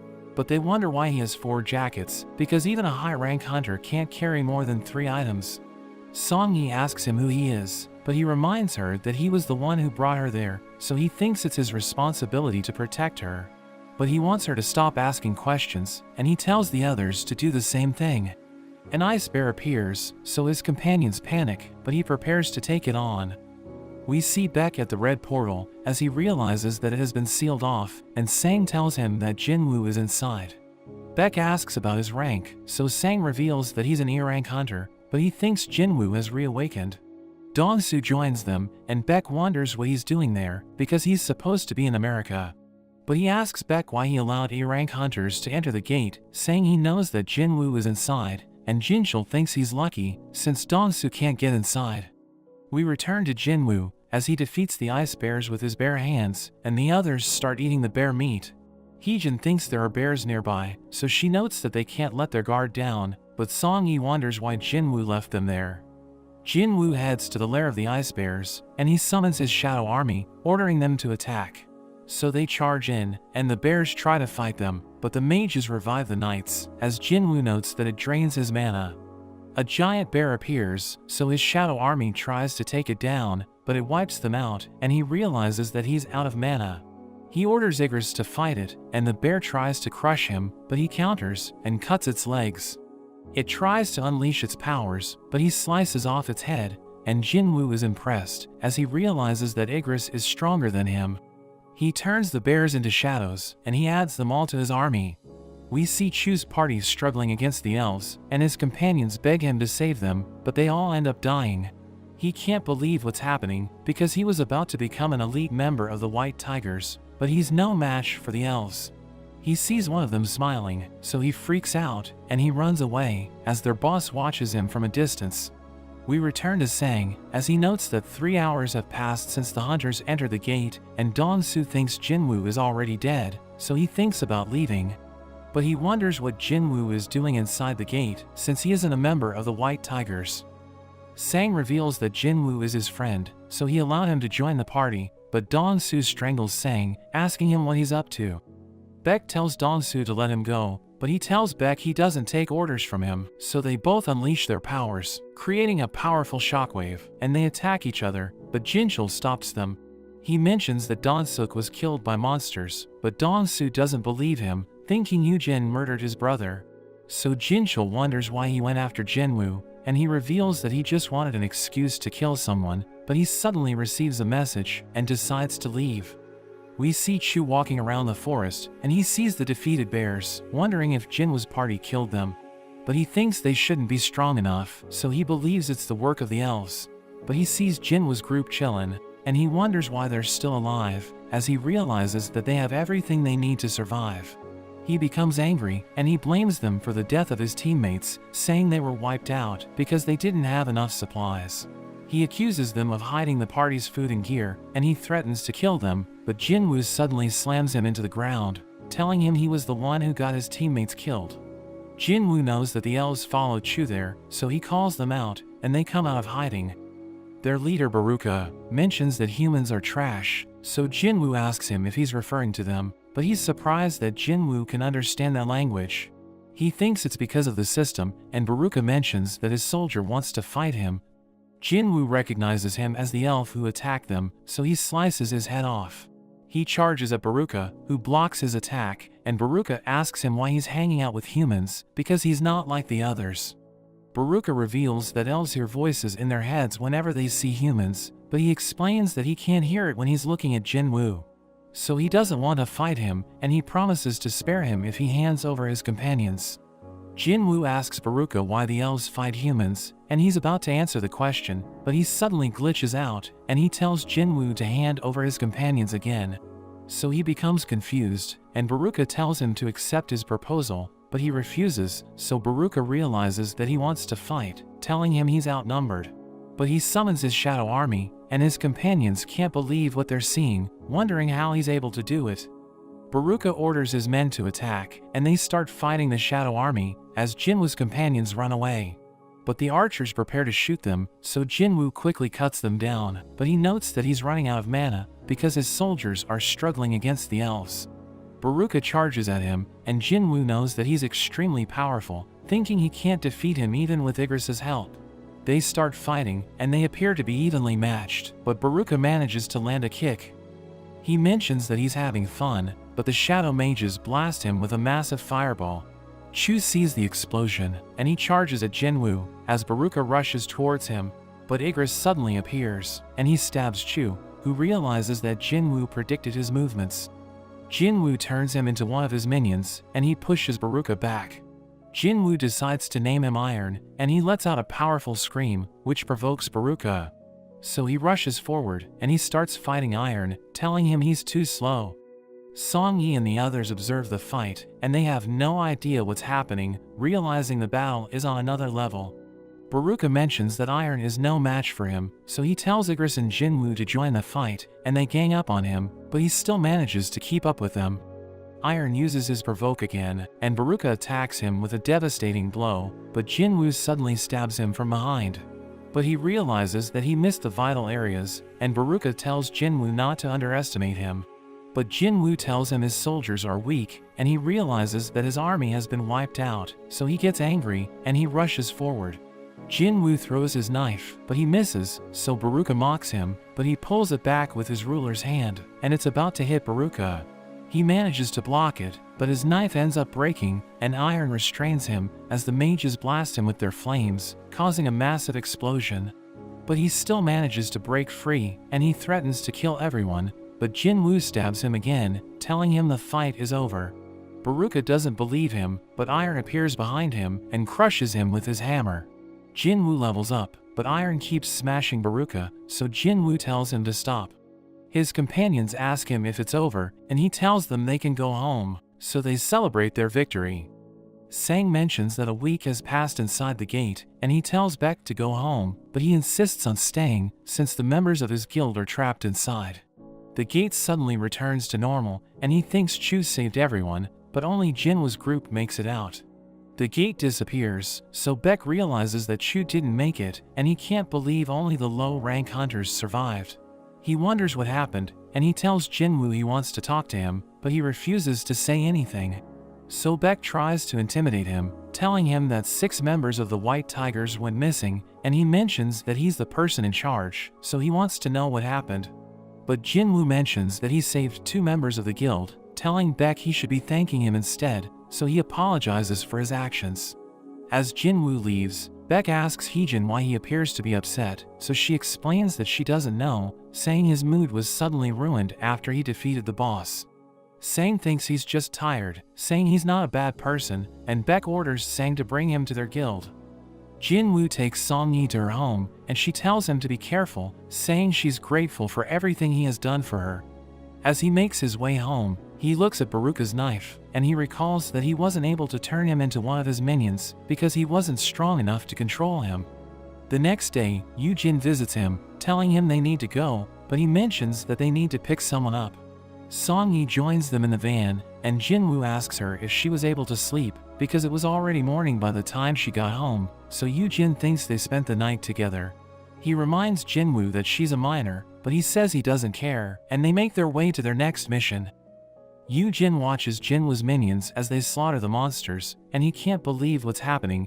He asks Jin-Woo about them, so he explains he summoned them with his skill. After the fight, he orders them to gather the mana crystals, but Yoo-jin tells Jin-Woo to let him collect the gems, so a knight gives him what he wants. Meanwhile, we see a strange man in a wreckage, and a soldier panics as he sees him. But the man tells him not to worry, telling him his companions are still alive, and he explains that he just wants to go home. We return to Jin-Woo, as he celebrates with Yoo-jin, because they were able to complete 19 raids together. He asks Yoo-jin about his plans, so he reveals that he will take the written test to get the guild master's license, and use it as a bargaining chip to negotiate with his father. But Jin-Woo mentions that they won't be seeing each other for a while, because there's somewhere he needs to go. Yoo-jin thinks Jin-Woo finds him annoying, and he mentions that Yoo-sung doesn't like him, saying they never spent time together as brothers. He adds that Jin-Woo has done so much for him, and he wants them to be siblings, so Jin-Woo mentions that he will start treating him as his younger brother. We see the mysterious man in prison, as the guards talk about him, revealing that his name is Il-hwan, and he was trapped in a gate 10 years ago, but he ended up in America. They add that he can't speak English, and they needed a Korean interpreter to interrogate him, so they decided to call Dong-soo. Jin-Woo returns to the demon's castle, as he recalls that he was level 20 when he fought the Cerberus, but now his level has tripled, so he thinks he can easily defeat the monsters in the dungeon. He uses his key to open the door, and he receives a quest, which tells him to collect 10,000 demon souls in the castle. He notes that it's a ridiculous amount, but he's determined to complete it, because he needs to collect the items needed for the elixir of life. We see Yoo-jin talking to his father, and he mentions that he wants to become the leader of their guild. But Han knows that Jin-Woo helped Yoo-jin obtain the guild master license, so he thinks Yoo-jin isn't worthy to become their leader. But he still insists on becoming the guild master, so Han decides to give him a chance, under the condition that he recruits Jin-Woo into their guild. We return to Jin-Woo, as he defeats the demons on the first floor, but the system tells him he can't turn them into his minions, because their mana is contaminated. He receives a permit, which allows him to enter the second floor, but he can only use it on the teleportation circle. He notes that he doesn't want to walk, because the dungeon is enormous, so he summons the leader of the Ice Bears, and he orders it to take him to the teleportation circle. Demons block their path, but it charges past them, and he's impressed by its strength, so he decides to name it Tank. We see Haein in the swimming pool, and the other girls think she's gorgeous. But she recalls that Choi told her about the winged monsters from Jeju Island, and she wonders why he isn't telling the public about it. So he reveals that it's an order from the association, saying they don't want everyone to panic. But he tells her not to worry, as he mentions that they need to strengthen their guild so that they can defeat the monsters. Jin-Woo continues to hunt demons, as he notes that the dungeon is filled with B-rank monsters, but they continue to get stronger as he climbs the castle. He notes that it's easy to clear the floors, as long as he focuses on the demons that carry entry permits. But he thinks the castle has 100 floors, and he notes that he needs to hurry, because he doesn't have enough food to reach the top floor. Meanwhile, Heejin tells Sang that Jin-Woo isn't home, so she thinks they shouldn't have come to his place. Sang knows that he hasn't been participating in raids, saying his last known location is at the very center of the urban area. She wonders how Sang knows about it, so he explains that he knows how to do his job, but he wonders where he went. Jin-Woo completes his quest, and he sees the Lord of the Lower Floors. His minions start fighting the demons in the area, as he notes that his intelligence has increased, so he now has better control over his army. But the boss suddenly attacks them, so he punches it with all his might, and it gets blown away, as he realizes his strength has also improved. But it immediately recovers, and it charges at him, so Iron gives him his shield, and he uses it to defend himself, as the boss attacks him relentlessly. He sees an opening, so he lunges at the boss, but it takes a swing, and he realizes that he's about to get hit. But he uses Ruler's hand to stop the attack, and he manages to dodge it, as he realizes that the boss can read his movements. He notes that he needs to aim for its head to defeat it, and he runs away, as it chases after him. But he sees a building, so he uses his skills to climb it, as the boss crashes into it. He then takes his knife, and he launches a surprise attack, cutting the boss's neck. It falls to the ground, and the debris crushes its body, as Jin-Woo receives a world tree fragment as a reward for defeating it. We see Il-hwan in the interrogation room, where Dong-soo calls him a talking monster, but he explains that he's human, telling Dong-soo to test his DNA if he doesn't believe him. He mentions that he's upset because his boss interrupted him when he was about to have some fun. But Il-hwan asks him how much he knows about gates and magic beasts, thinking the worst disaster is about to happen, and he mentions that his goal is to prevent it. Dong-soo thinks they can stop it if they gather the hunters around the world, but Il-hwan tells him they won't stand a chance. He checks Il-hwan's record, realizing he's Jin-Woo's father, so he threatens to kill him, telling him his son is already dead. We see firemen at the scene, as the people realize that the disaster was caused by two S-rank hunters. But they think they're lucky that the damage didn't spread, because Dong-soo was defeated in an instant. We return to Jin-Woo, as his minions slaughter the demons on the 75th floor, and he tells the boss that the battle is one-sided. But the boss just stares at him, as he wonders if magic beasts also feel fear, and he finishes it off, as the system tells him he has leveled up again. But he realizes that he's out of food, and he notes that he still has a long way to go, because there are 25 floors left in the castle. We learn that he received an earring and a necklace from the bosses he defeated, and they're part of a set which boosts his stats. But he notes that he still needs to find an item to complete it, thinking the next boss will drop it, and he also received an item called the Avaricious Glass, which can boost the magic power of his mages. He opens a cursed loot box, which gives him a key, but the system doesn't give him information about it. He notes that he was able to gather 2 of the items needed for the elixir of life, and he thinks about finding the last item to save his mother. But he decides to call it a day, thinking he will find it the next time he returns. He notes how his level has increased, but he thinks he still needs to get even stronger to obtain the last item of the elixir. He thinks he won't be able to raise his level as an E-rank hunter, since he won't be able to participate in the higher level raids, so he decides to have his rank reassessed. We see Hyun at the Hunters Association, and he checks out the candidates that are there to be assessed, but he's surprised to see Jin-Woo, and he reports to Beck, who decides to head there immediately. One of the candidates mentions that he needs to make money by becoming a hunter because he wants to be a good provider for his family. So another candidate tells him not to worry, because he will be able to make a living as a hunter as long as he isn't an E-ranker. Jin-Woo takes the test, and the examiner tells him to place his hand on the black crystal, so he touches it, but she keeps getting an error. The director asks her what's wrong, so she tells him the machine isn't working, and he tries to help, but he also gets an error.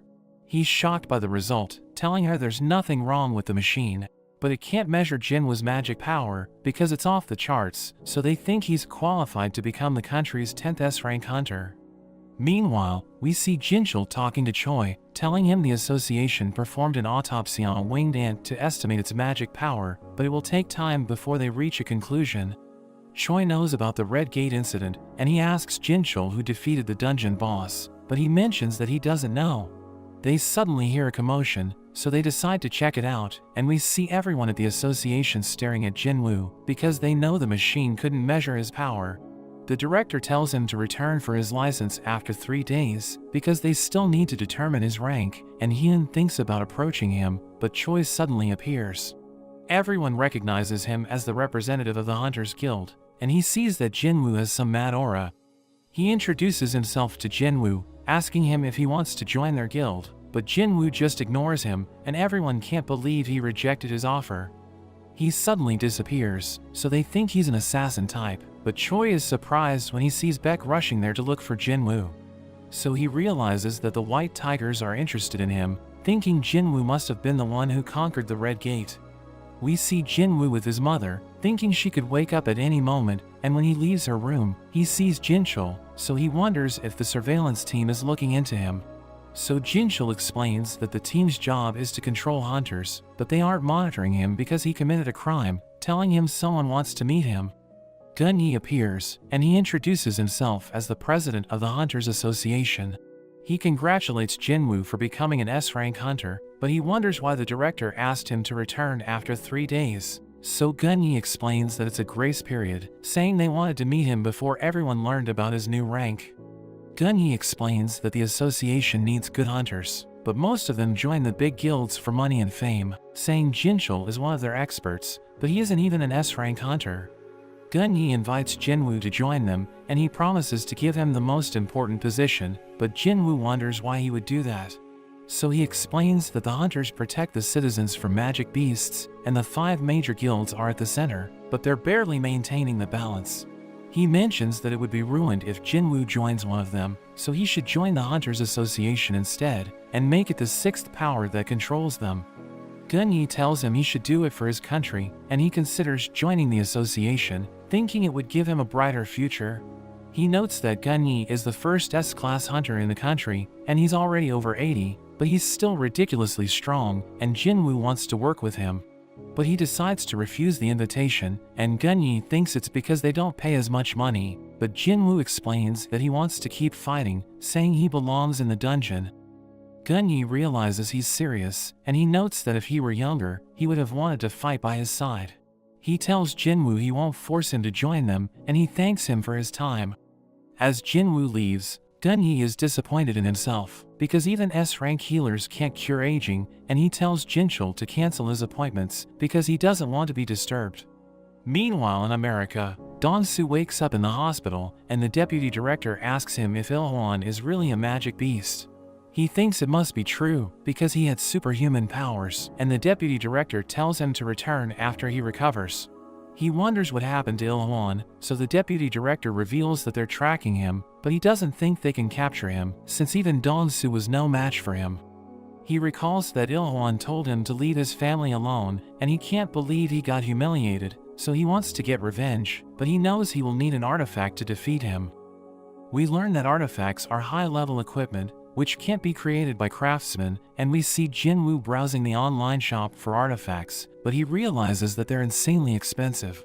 He thinks he needs to be fully equipped to conquer the demon's castle, and he considers selling the avaricious glass that he received, thinking it should be worth a lot, since it can double the damage of magic. But he thinks it will attract attention, because he's just an A-rank hunter, so everyone will wonder how he got it. He thinks about entering an A-rank gate, so that he can use it as an excuse, and he sees the Hunters Guild looking for someone to join the mining team.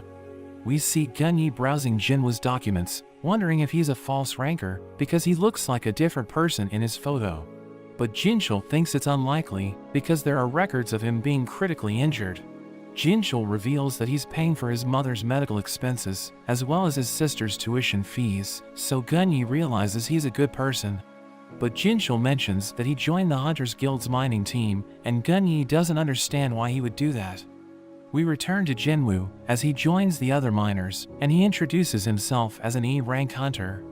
We learn that for large-scale raid missions, mining teams collect the mana crystals, while recovery teams dispose of the monsters' remains, after the assault teams hunt them down. We see Choi inside the gate, and he tells everyone to stand back, as he unleashes his flames to burn all of the monsters. His flames return, and he orders the tanks to protect him, so they form a shield, which stops the fire from reaching them. He explains that he held back, because they can't use the monsters' bodies if they get overcooked. He notes that the magic beasts have been wiped out, so he tells everyone to move forward.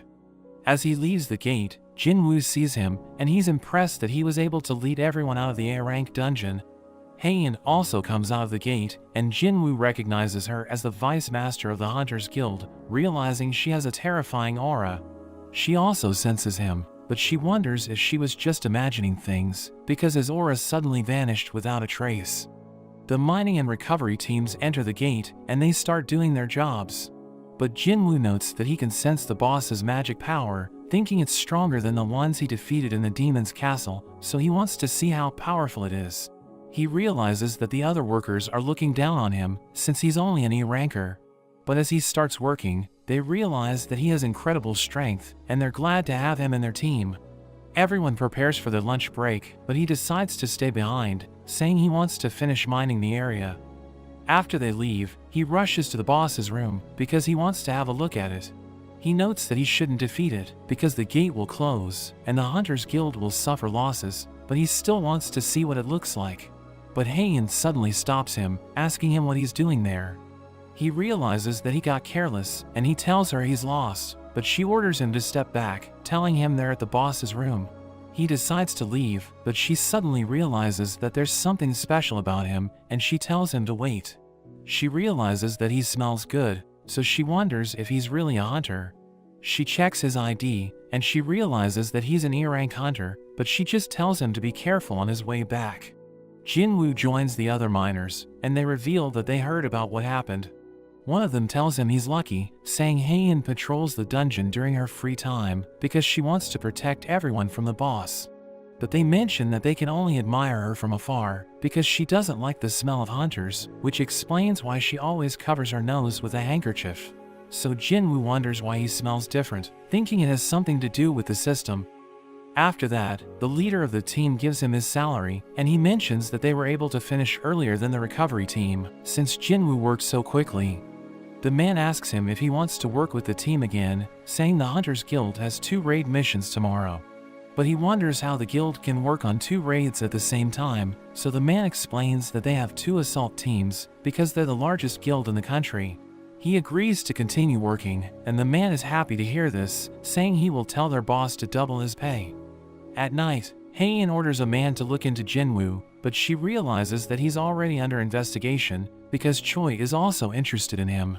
But the man reveals that all information about him has been sealed, saying he finds it strange because it's the first time the association has done this for a low-ranking hunter. Hae-in continues thinking about Jin-Woo, wondering why Choi and the association seem to be interested in him, and she notes that she has met countless hunters, but he's the only one who smells nice. The next day, Jin-Woo joins the mining team again, and they start working in a C-rank dungeon as the other miners watch him in awe. They want him to become a regular member of the team because they're able to finish their job early with him there, and their leader offers to pay him 5 times his salary, but he still refuses to join them. The leader of the second assault team, named Ki-hoon, mentions that he needs to borrow someone from the mining team because they need someone to carry their stuff.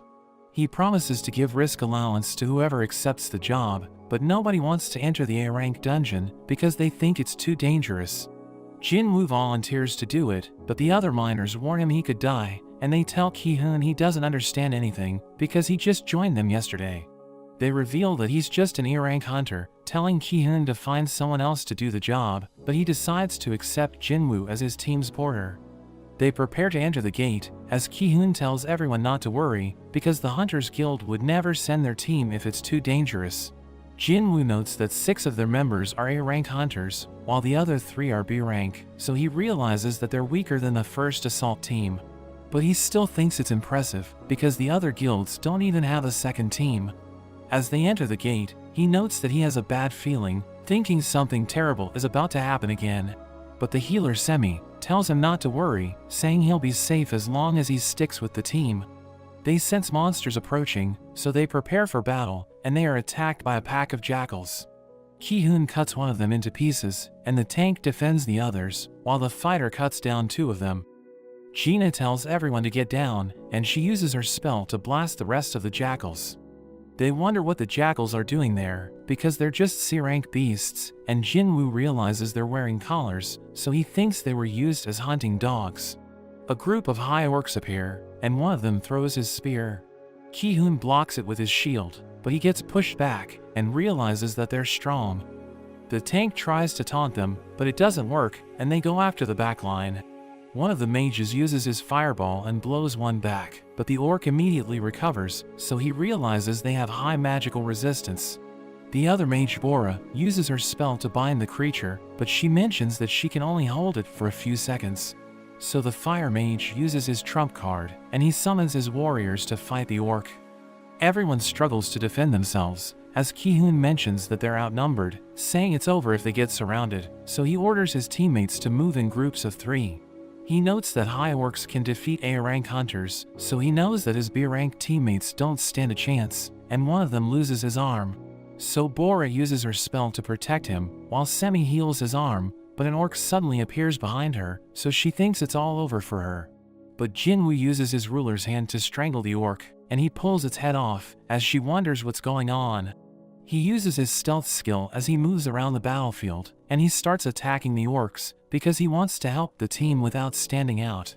Ki-hoon realizes that the orcs suddenly got weaker, and his teammates defeat them, thinking they were able to do it by themselves. Ki-hoon struggles against one of them, but Jin-Woo cuts the orc's leg, allowing him to overpower it. He cuts it in half, and everyone realizes that the fight is over, thinking it's a miracle they're still alive. They discuss how the orcs suddenly got weaker during the battle, and he wonders if Gina had something to do with it, but she notes that she doesn't have any debuffing magic. Bora mentions that it's only possible with assassin-type hunters, and we learn that she was able to detect Jin-Woo's stealth skill, but she decides to let him off, since he just saved everyone. They think it's too dangerous to keep going, and Gina knows that Ki-hoon wants to clear the dungeon, because it's his first time as a captain. But she suggests retreating, and he decides to follow her advice, telling everyone they should head back. But they realize that a high-level barrier is blocking the entrance, and Bora notes that a powerful creature in the dungeon is stopping them from leaving. They suddenly sense an immense magical power, and the mages try to get rid of the barrier, but they're suddenly cursed. So Ki-hoon orders the healers to help them, but he realizes that there's an army of orcs behind them.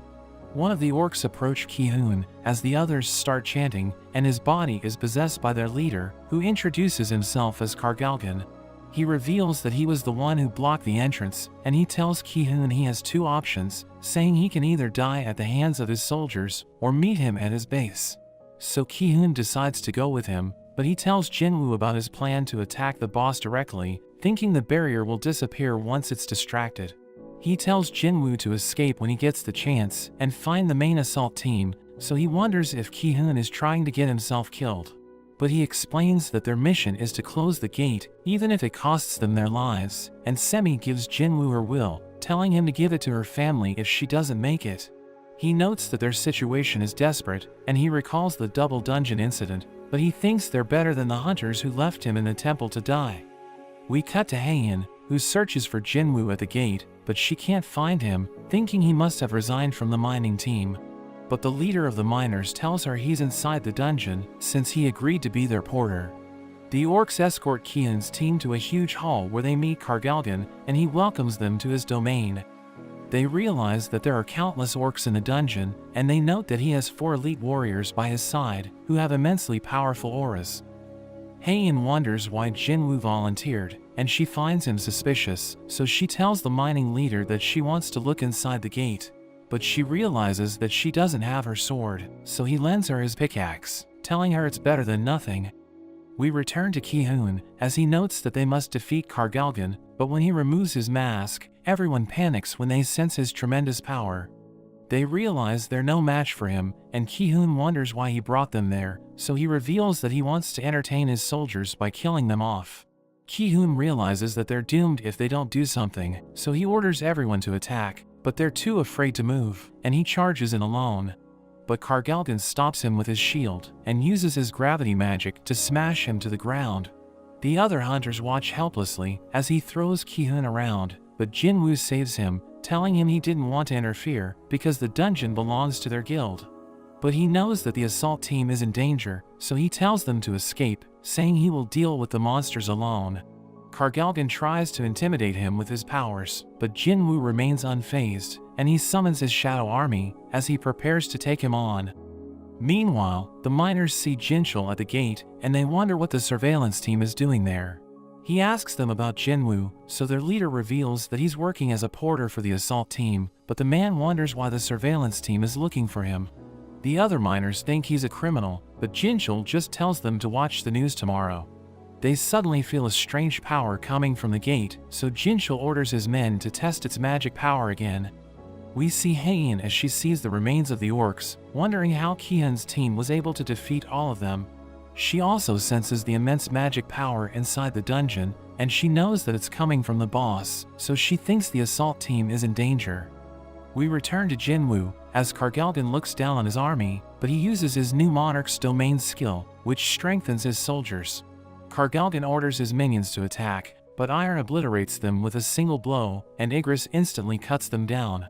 Jin-Woo slices through them, and the other hunters can't believe how powerful he is, wondering why he decided to work as their porter.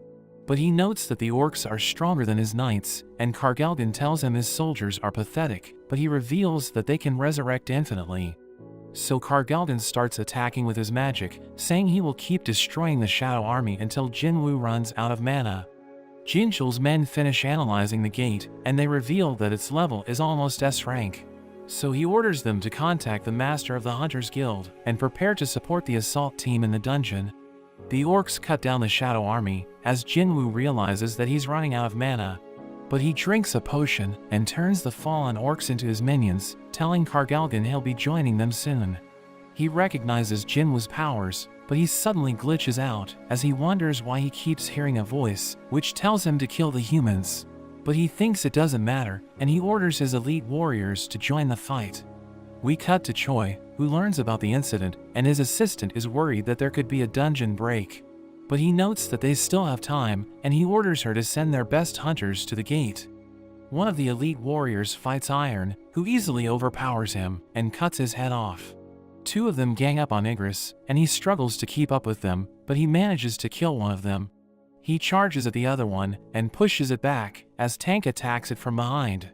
Jin-Woo mentions that his generals have the upper hand, and the other hunters think about joining the fight, but Kargalgan curses them with his magic. He uses all of his curse spells on Jin-Woo, but it doesn't work, because he has a passive skill which makes him immune to debuffs.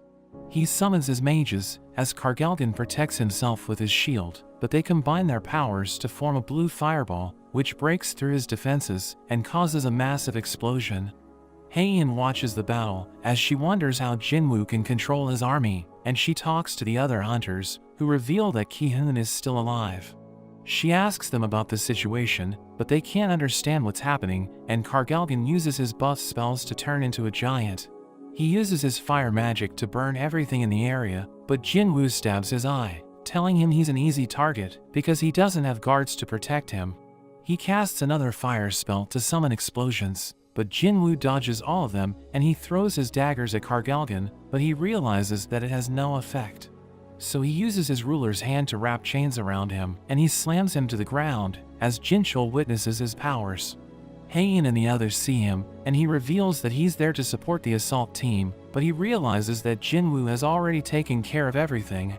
She notes that he's an extremely powerful hunter, so she asks Jinchul about him, but he reveals that he doesn't know much. Jin-Woo mentions that the fight is over, but Kargalgan refuses to admit defeat, so Jin-Woo uses the elite orc warriors to finish him off. The system tells him he has defeated the master of the dungeon, and he turns Kargalgan into one of his minions. The system tells him to name him, but he doesn't remember his name, so he just decides to call him Fang. He notes that it's his first time seeing the elite knight rank, and he thinks the high orcs will serve him well. But Jinchul and the others approach him, and he can't believe he didn't notice them, realizing he was too caught up in the moment. They ask him what happened, but Jinchul tells them to keep everything a secret because the association doesn't want the public to learn about Jin-Woo. The surveillance team prepares to escort him out, but Ki-hun thanks him for saving everyone, and he returns Semi's will. At the Hunters Guild, Ki-hun reports to Choi, who realizes that Jin-Woo saved the assault team. Choi can't believe how powerful he is, and he asks Ki-hun if Jin-Woo is stronger than him. But he wonders if Choi can clear the most difficult A-rank dungeon alone, and he admits that he can't, so he realizes that he's nothing compared to Jin-Woo. We see Jin-Woo in a cafe, where he meets Yu-Jin, asking him if he was able to talk to his father, but he mentions that they have an issue. A crowd gathers outside the association, as they wait for an actor named Min-sung to appear, and we see him waiting in his car, as he goes over his script, thinking it's time for him to make his big debut as a hunter. Beck and Choi arrive, and the media sees them, wondering if they're there to recruit Min-sung. But Beck doesn't even know who he is, and he tells the media he isn't interested in him, while Choi notes that Min-sung is already with the Fiend Guild. Beck asks Choi what happened at the A-rank dungeon, but he explains that it wasn't as bad as the Red Gate incident, where the rookies in the White Tiger Guild lost their lives. They both want to recruit Jin-Woo, and they start fighting over him. But the guildmaster of the Fiend Guild named Taegu asks them if they're interested in Min-sung, so they explain that they don't care about him. Jin-Woo arrives, as he notes that it's the day of his reevaluation, but he wonders what the media is doing there. We see Gina's classmates watching the news, and they all recognize Min-sung as a playboy, but he was caught at a Diddy party. He appears before the media, and he tells them he has awakened the power of a hunter, so he's preparing for his rank assessment. He reveals that he'll fight for the Fiend Guild, and the media wonders if he'll retire as an actor so that he can work as a full-time hunter. But we learn that he's just putting on an act, and he already did his rank assessment, so he knows he'll be an A-rank hunter. He signed a 2-year contract with the Fiend Guild so that everyone will forget about his scandal, and he plans to return to the entertainment industry with the achievements of an A-rank hunter. He tells everyone he'll risk his life to fight the magic beasts, even if he becomes a low-rank hunter, but he sees his bodyguard arguing with Jin-Woo, who mentions he's trying to get inside. The man refuses to let him pass, but Gun-Yi tells him not to block the road, and he mentions that Jin-Woo is his guest. He reminds Min-sung that they aren't allowed to hold a press conference there, and he tells Jin-Woo to come in. Jin-chul blocks the entrance, telling everyone they aren't allowed to enter until Jin-Woo finishes his reevaluation, and he tells Min-sung not to cause any more trouble. Jin-Woo sees Baek and Choi waiting for him, as Gun-Yi notes that they're looking forward to the result, because they want to know how powerful he is. At the testing area, the examiner asks him what kind of abilities he can use, so he summons one of his knights. But Gun-Yi knows that he can do more than that, because he read Jin-chul's report, so Jin-Woo decides to stop holding back, and he summons his entire shadow army. Choi and Baek sense his magic power, and they can't believe how powerful he is, realizing they're nothing compared to him. After that, Jin-Woo receives his new license, and he thinks about selling his Sphere of Avarice artifact, so that he can use the money to gear up. Gun-Yi looks forward to seeing what he can achieve as an S-rank hunter, and Baek and Choi mention that they want to talk to him, but he just ignores them. As he leaves the building, he realizes that the media is waiting for him outside, and everyone's surprised to see him on the news. We learn that the country hasn't seen a new S-rank hunter in 2 years, so everyone flocks to him, as Min-sung realizes that his press conference is ruined. We cut to Yoo-jin, as he tells Han that he wasn't able to convince Jin-Woo to join them. We learn that he told Yoo-jin he needs to do something alone, and he can't join a guild until he achieves his goal, because it will only hinder his progress. Yoo-jin considers following him, but Han scolds him for his failure, telling him he wasn't able to achieve anything, and he even wants to abandon everything for Jin-Woo. But he recalls every moment he spent with him, and he decides to follow him. We return to Jin-Woo, as the media continues to bother him, so Baek offers to help him escape. But he suddenly disappears, and Choi realizes that he was able to escape in an instant, but Baek can't believe it, because Jin-Woo moved so fast that he couldn't follow his movements. Jin-Woo heads to the hunter's auction, where he looks for an artifact with fire resistance. So the shopkeeper shows him a cloak and a ring, and he mentions that it's cheap, but Jin-Woo realizes that he can't afford it. So he tries to ask for a discount, but the shopkeeper notes that the price is fixed, and he brags about the glass covering the artifacts, revealing that it's reinforced with magic. He tells Jin-Woo he can have the artifacts for free if he destroys it, so he unleashes his powers, but the shopkeeper stops him, telling him he was just joking. Jin-Woo mentions that he wants to see the swords they're selling, so the man in charge of weapons assists him, but the shopkeeper realizes that he was able to crack the glass without touching it. The man shows him a knife, and he reveals that it's ridiculously expensive, but Jin-Woo notes that it's nothing special. He buys a sword from the system, and he shows it to the man, who mentions that it looks amazing, and he tells Jin-Woo he can sell it for 100 million. He can't believe it's worth that much, because he bought it for just 3 million gold, so he realizes that he can make money by selling the items he buys from the system. Meanwhile, at the White Tigers Guild, Baek thinks about Jin-Woo, wondering why he keeps getting stronger after his second awakening. Baek notes that it's impossible for a hunter to keep growing after he reawakens, so he believes Jin-Woo has the ability to keep improving his stats. Gina looks outside her window, and she's glad that the media is gone, but Jin-Woo returns home, and he tells her he'll be away for a week. The doorbell suddenly rings, and he realizes that Yoo-jin is there to pay him a visit. He sees Gina, so he introduces himself as Jin-Woo's right hand, but he tells her he'll be working with Yoo-jin for a week. He has no idea what's happening, but he decides to go with it anyway, telling her they have an important job to do. That evening, as Yoo-jin and Gina go to sleep, Jin-Woo summons the elite orcs, but he realizes that one of them is missing. He recalls that he sent one of them flying, so he wasn't able to revive him with his shadow extraction, but he thinks it doesn't matter, because the 3 of them should be enough. He orders one of them to protect Gina, and he summons his knights, telling them to patrol the area, because he wants to make sure that it's safe there. The next day, Yoo-jin thanks Jin-Woo for letting him stay over, and he asks him about his plans. So Jin-Woo reveals that he'll train to get stronger, and Yoo-jin can't believe he's still grinding, because he's already an S-rank hunter. Yoo-jin takes him to his destination, and he returns to the demon's castle with his artifacts, but he receives a quest, which tells him to defeat the demon monarch. He realizes that he'll receive a shadow exchange runestone as a reward, and he thinks it's useful, so he's determined to clear the quest. He teleports to the 76th floor, where he sees a giant demon, so he summons Fang, who emerges from the ground. We see that he's as big as the demon, and he uses the Sphere of Avarice to summon a massive fireball, which he uses to blast the creature, killing it in an instant.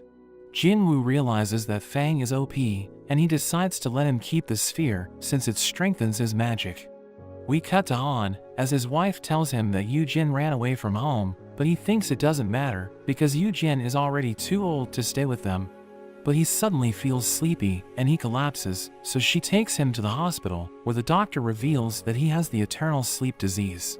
He wonders how he got it, so the doctor explains that it's because of prolonged exposure to magic, telling him he's prone to the disease because his resistance is low.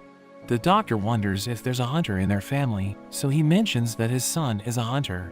But he thinks he isn't fit to survive, because the world is filled with magic, and he has no magic resistance. We see Jin-Woo on the 80th floor, as he notes that he divided his army into 3 teams, so that they can find the entry permit to the next floor faster. But he sees that he's running out of mana, and he realizes that his orcs have been defeated. So he decides to investigate it, and he notes that the demons are attacking the weaker teams first, so he realizes that they have the intelligence to measure strength. Tank's team is attacked by a group of demon knights, but Jin-Woo suddenly appears, and he cuts them into pieces. So their leader panics, as Jin-Woo realizes that magic beasts can also feel fear. He grabs onto the leader, and he prepares to finish her off, but she suddenly begs for her life, so he decides to let her go. He walks away, but she tries to stab him, so Fang stops her, and Jin-Woo realizes that she just tried to kill him, so she begs him to spare her life again. He asks her if she knows where he can find the entry permit, so she reveals that her family is keeping it, and she promises to give it to him if he doesn't kill her. She reveals that she also knows where to find the upper-level permits, but he wonders if he can trust her, and she tells him she isn't lying, so he decides to spare her life. He asks her to tell him about her background, so she reveals that her name is Essel, and she's the eldest daughter of the Radiru family. But he wonders if she hears voices in her head, which tells her to kill humans, so she reveals that she keeps hearing a command, but it's just telling her to protect their space. She reveals that she's from the demon realm, but she and her people were suddenly transported there, and he asks her what happened before she was sent there. But she suddenly glitches out, as she reveals that her people were preparing for a war, because they encountered a formidable enemy, which was so powerful that the demons had to unite to fight him. But the system stops her from talking, and she collapses, as Jin-Woo realizes that he can't ask any more questions about it. We cut to a remote island in Japan, as a winged ant attacks it, killing hundreds of people. Everyone in the association talks about the incident, as Jinchul reveals that over 100 hunters fought the ant, but 6 of them died, and it took an A-rank hunter to defeat it. Gunyi notes that the island is 120 kilometers away from Jeju Island, and if the ants continue to improve their flying ability, they'll eventually reach the southern tip of Korea. So he decides to ask for Japan's support and start another raid mission on Jeju Island. We return to Jin-Woo, as Essel leads him to the Radiru family's castle, but her father is afraid of him because he can see his shadow army. He thinks Jin-Woo is trying to deceive her, so he orders his soldiers to surround him, but Jin-Woo promises not to harm her if they give him the permit. Her father knows that he's no match for him, so he gives him the item he's looking for. But Jin-Woo mentions that he wants Essel to serve as his guide, because she knows where to find the other permits. Her father becomes upset hearing this, but Jin-Woo promises to protect her, so he allows her to join him. After that, we see Jin-Woo as he's about to reach the 90th floor, and he notes that Igris and Tank have ranked up. But Essel warns him that the demons above the 90th floor are high-ranking nobles, and the enemies he's encountered so far are nothing compared to them. She suggests negotiating with them to get the permits, but he thinks her plan will never work, and he promises to make Radiru the #1 noble family in the castle. She wonders why he spared her family, so he explains that it's because he likes her, so she becomes flustered. But we learn that he just likes simple-minded people, since they're easy to get along with. He tells her to go back, because he's worried that something might happen to her, but she wants to follow him until the end, so he decides to let her stick around. They start clearing the higher floors, as Jin-Woo realizes that the demons are stronger than the ones he fought, but he still manages to defeat them. We cut to Choi, as he tells Haein that they're part of the Jeju Island raid mission, and he mentions that all S-rank hunters have been called to participate. He notes that the winged ants are also a danger to Japan, so they'll be sending hunters to join them, and she wonders when the mission will begin. So he tells her he doesn't know yet, but he mentions that hunters from the largest guilds in Japan are making their way to Korea. Jin-Woo reaches the 100th floor, where he sees a wyvern covered with lightning, and he realizes that the demon monarch Baran is riding it. He notes that his aura is overwhelming, so he isn't sure if he can defeat him, and Essel freaks out as she senses his bloodlust. The wyvern takes to the sky, as Baran summons his minions, and they surround Jin-Woo, but his shadow army protects him. His forces clash with the demons, and Fang unleashes a devastating fire spell, as Essel realizes that Jin-Woo is extremely powerful, but she still isn't sure if he can defeat Baran. He unleashes blasts of lightning, which obliterate the shadow army, and Essel is about to be hit, but Jin-Woo saves her just in time. He revives his minions, but he knows that he'll run out of mana if he doesn't stop Baran, so he uses his stealth and dash skills to get closer. He tries to attack the wyvern, but Baran blocks his attack and sends him crashing to the ground. He tries to blast Jin-Woo with his lightning breath, but he runs away, and he orders Fang to stop it with his flames, while Igris slices off the wyvern's head. So Baran falls to the ground, and Jin-Woo prepares to take him on. The association meets the guildmaster of the Blade Guild named Godo, as his translator Hanakawa mentions that she'll help him talk to them. Gun-Yi knows that the Blade Guild is an extremely large guild in Japan, which has 11 S-rank hunters, and he notes that Godo is a competent leader. Hanakawa thanks Gun-Yi for accepting their proposal to work together, and she reveals that they've analyzed the winged ants. She reveals that they grow rapidly, but they can't live for more than a year, so when their queen is defeated, they'll quickly go extinct. She adds that they're attracted to high magic power, and she reveals that Godo came up with a battle plan, where he'll fight the ants with the other S-rank hunters from his guild. He plans to lure out the ants so that the Korean hunters can eliminate their queen, and Jinchul worries he could be overwhelmed. But he thinks it shouldn't be a problem, since they'll just be acting as bait. He's convinced that it's the best tactic they can use against the ants, and Gun-Yi thinks it might work, so he decides to go with it. The Shadow Army continues to fight the demons, but Jin-Woo realizes that he's running out of mana. Fang blasts Baran, but he unleashes his lightning breath, which overpowers Fang's spell. Jin-Woo attacks him from behind, but he still manages to defend himself. He grabs onto Jin-Woo, and Baran prepares to finish him off, but his minions defend him, and he stabs Baran's arm. They work together to restrain him, but he unleashes his powers, and it creates a blast of lightning, which pushes Jin-Woo back. He realizes that he's out of mana, so he fights Baran head-on, and they fiercely exchange blows. But Baran uses his lightning breath, which disarms Jin-Woo, and he prepares to deal the finishing blow. But Jin-Woo stops him with his bare hands, so Baran prepares to blast him with his breath. Jin-Woo realizes he's wide open, but Essel throws her weapon at Baran, which distracts him, and Jin-Woo sees an opening, so he uses his ruler's hand to grab onto Baran's arms. He manages to rip them off, but Baran prepares to blast him, so he punches him with everything he has. Baran's head gets blown off, and his powers launch to the sky, creating a massive explosion. The system tells Jin-Woo he has cleared the quest, and Baran's demons disappear. Essel worries about him, but he tells her she can report to her father, and tell him that they're now the top noble family. He receives the blood of the demon monarch, which he needs to craft the elixir of life, but he realizes that the success rate for crafting it depends on his intelligence level.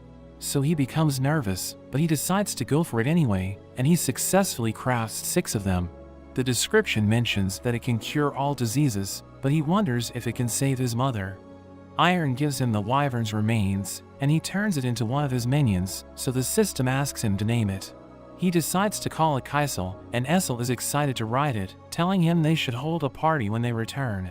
But he completely ignores her, and he realizes that he has received the Shadow Exchange runestone as a reward.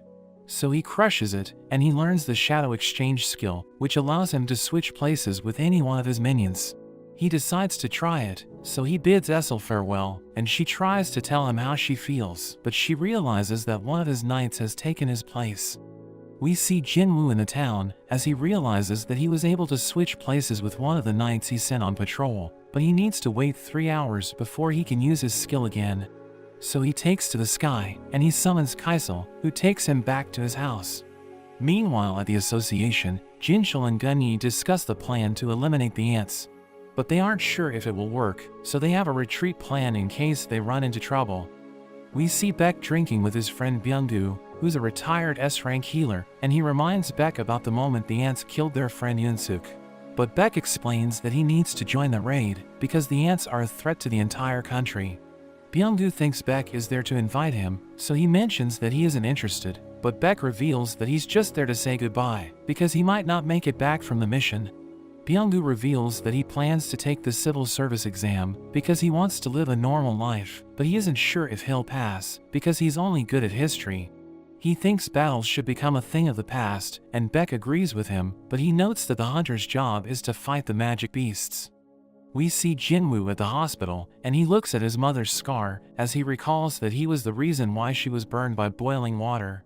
He prepares to give her the elixir, and he's worried that it won't work on her, but he recalls how he's witnessed countless miracles because of the system. So he decides to trust it, and he gives her the elixir. He's surprised as a light suddenly surrounds her body, and it causes her scar to disappear, but he wonders if she'll ever wake up, because he's been fighting just to keep her alive. There's suddenly a gust of wind, and as he opens his eyes, he realizes that she has already recovered. She asks him how long she has been sleeping, so he reveals that she's been in a coma for 4 years, but he assures her that Gina is doing well. She tells him he has matured, but she knows that he's been pushing himself because he's covered in wounds. So he starts crying as he tells her he's okay, and she thanks him for looking after her. The next day, the doctors can't believe that Jin-Woo's mother completely recovered, and Gina is overjoyed to see her, as Jin-Woo notes that he has finally received the real reward thanks to his efforts. We cut to Gunyi, as he tells everyone that the winged ants from Jeju Island are a threat to the country, so the association has decided to start another raid mission, which will involve S-rank hunters from Japan and Korea. He notes that the lower-rank hunters will support the operation by handling maritime surveillance and homeland defense, and he tells everyone that they're determined to succeed. Byung-gu watches his speech, and he recalls the moment he spent with Yoon-suk before the first raid on Jeju Island. He told Byung-gu that they're the only ones who can stop the ants from taking over the country, and Baek mentions that he'll crush them with his bare hands. But Yoon-suk notes that he's worried about Baek because of his personality and abilities, and he tells Byung-gu that they're the only ones who can help him if he's in danger. We return to Jin-Woo, as he realizes that Gina made a mess while he was away, and their mother tells them they should clean the place together. So they get to work, as Jin-Woo notes that it's the moment he longed for, but he's worried that something might happen to them because he may have crossed a line as a hunter. His mother asks him if he was able to talk to his father, and she mentions that he was a firefighter before he became a hunter, telling Jin-Woo he's just like him. Gina mentions that she's trying to become a doctor, but he suddenly receives a call from the association. We cut to Gunyi, as Jinchul tells him that America's S-rank national authority hunter named Thomas Andre has entered the country. Gunyi thinks it's unusual, because he doesn't usually intervene in a foreign country's operations, so Gunyi believes he's up to something. After that, Jin-Woo has a meeting with Gunyi, who invites him to join the raid, which will begin in 4 days. He thinks it's the perfect chance to level up, but he thinks about his family, and he suddenly feels a powerful magic power, so Gunyi reveals that the S-rank hunters are training at the gym. We see Baek fighting a hunter from the famed guild named Ma, who manages to take him down, and Jin-Woo notes that he appears to be struggling. But Choi reveals that he's holding back, and Jin-Woo wonders why he isn't using his full strength. So Choi notes that he doesn't want to show anyone his true power, because he would turn into a monster if he goes all out. The S-rank hunters from Japan join them, and they immediately notice Jin-Woo. Goyo thinks he's an assassin, but Hanakawa reveals that he's a mage, and Heian also sees him, as she realizes that the atmosphere changed because of him. Ma continues to fight back, but Hanakawa mentions that she's disappointed because they're nothing compared to Goto. The guildmaster of the Knights Guild named Jansu suddenly confronts her because he knows that she's mocking them. The other hunters gather around them, telling them to calm down, but Goto suggests holding a friendly match where only S-rank hunters can participate. Gunyi thinks it's a great idea, but he mentions that only combat hunters should participate because they can't judge mages based on their strength. Beck suggests the rules, saying it won't be a one-on-one match, and Goto agrees with him. So the combat hunters prepare for battle, as everyone wonders how Korea's elite fighters hold up against the S-rank hunters of Japan. Jin-Woo watches them as they prepare to fight, and he realizes Goto isn't participating, but he looks forward to seeing what everyone can do. Ma turns into a giant, and he approaches a hunter named Kenzo, who unleashes his powers. Ma wants to see who's stronger, so he fights him head-on, while Taiga struggles against another hunter named Minoru, because he can't keep up with his speed. Taiga knows he can't defeat Minoru if he's too close, so he throws his magic arrows, as he reveals that his specialty is long-range combat. Minoru manages to dodge them, but an arrow almost hits Kenzo, who gets distracted. Choi knows that the arena is reinforced with top-tier magic gems, but Gunyi isn't sure if it can withstand the S-rank hunter's attacks. Beck charges at a man named Kumamoto, as he notes that he's fighting against elite hunters, so he decides to stop holding back. Kumamoto panics as he dodges Beck's attack, so he realizes that Kumamoto isn't used to fighting.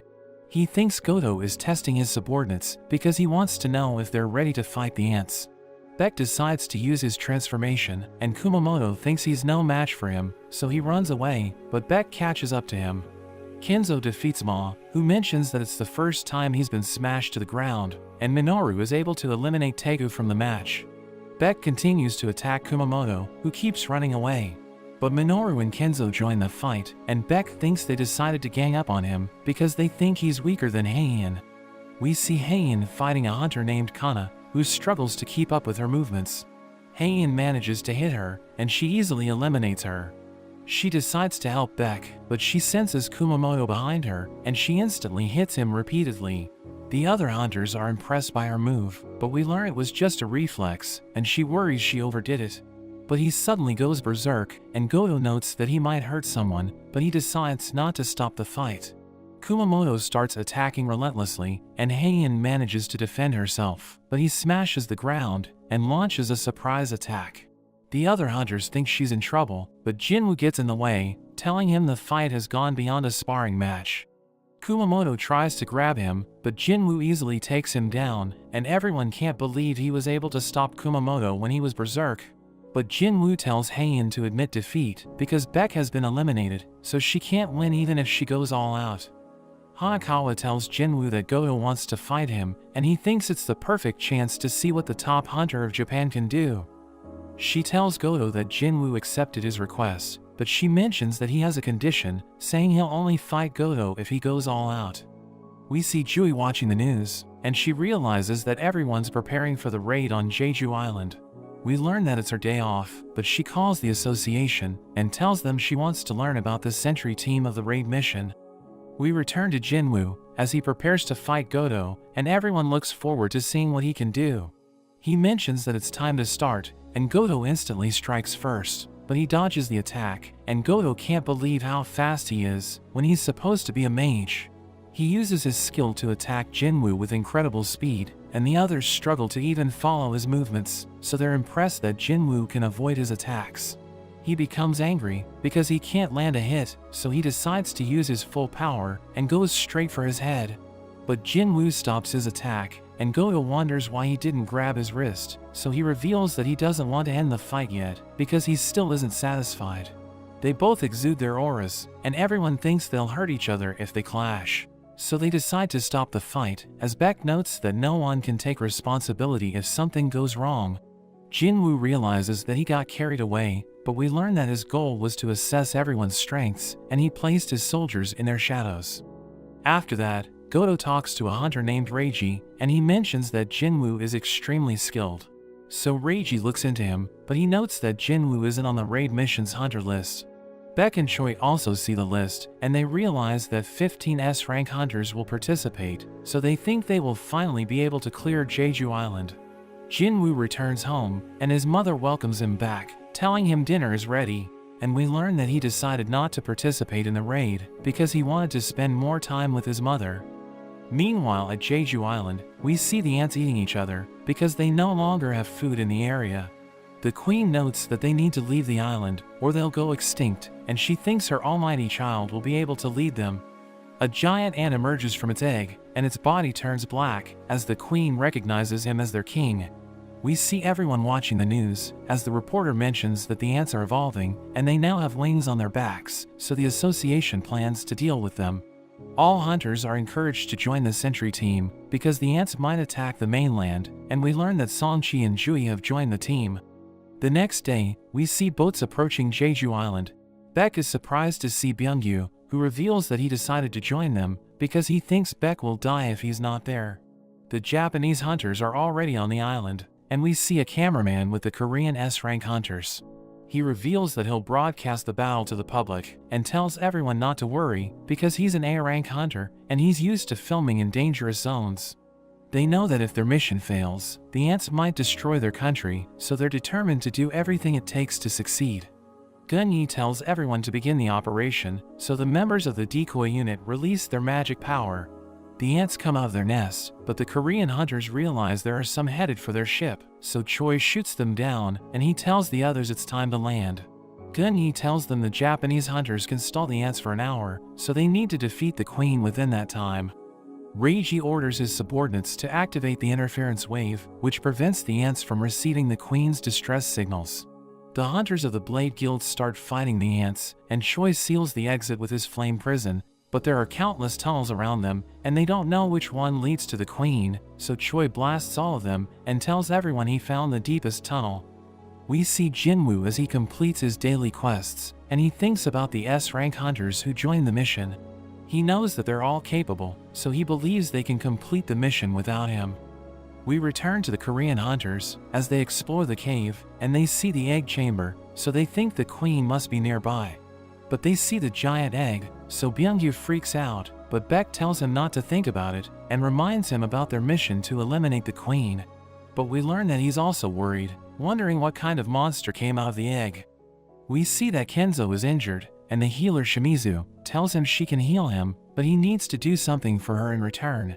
They see another wave of ants approaching, and they prepare to fight, but her head suddenly gets cut off as the Ant King suddenly appears. Kenzo tells his companion Fushima to be careful, and he tries to punch the ant, but it instantly blows his head off. Fushima follows its movements and tries to attack it, but he ends up losing his head as well.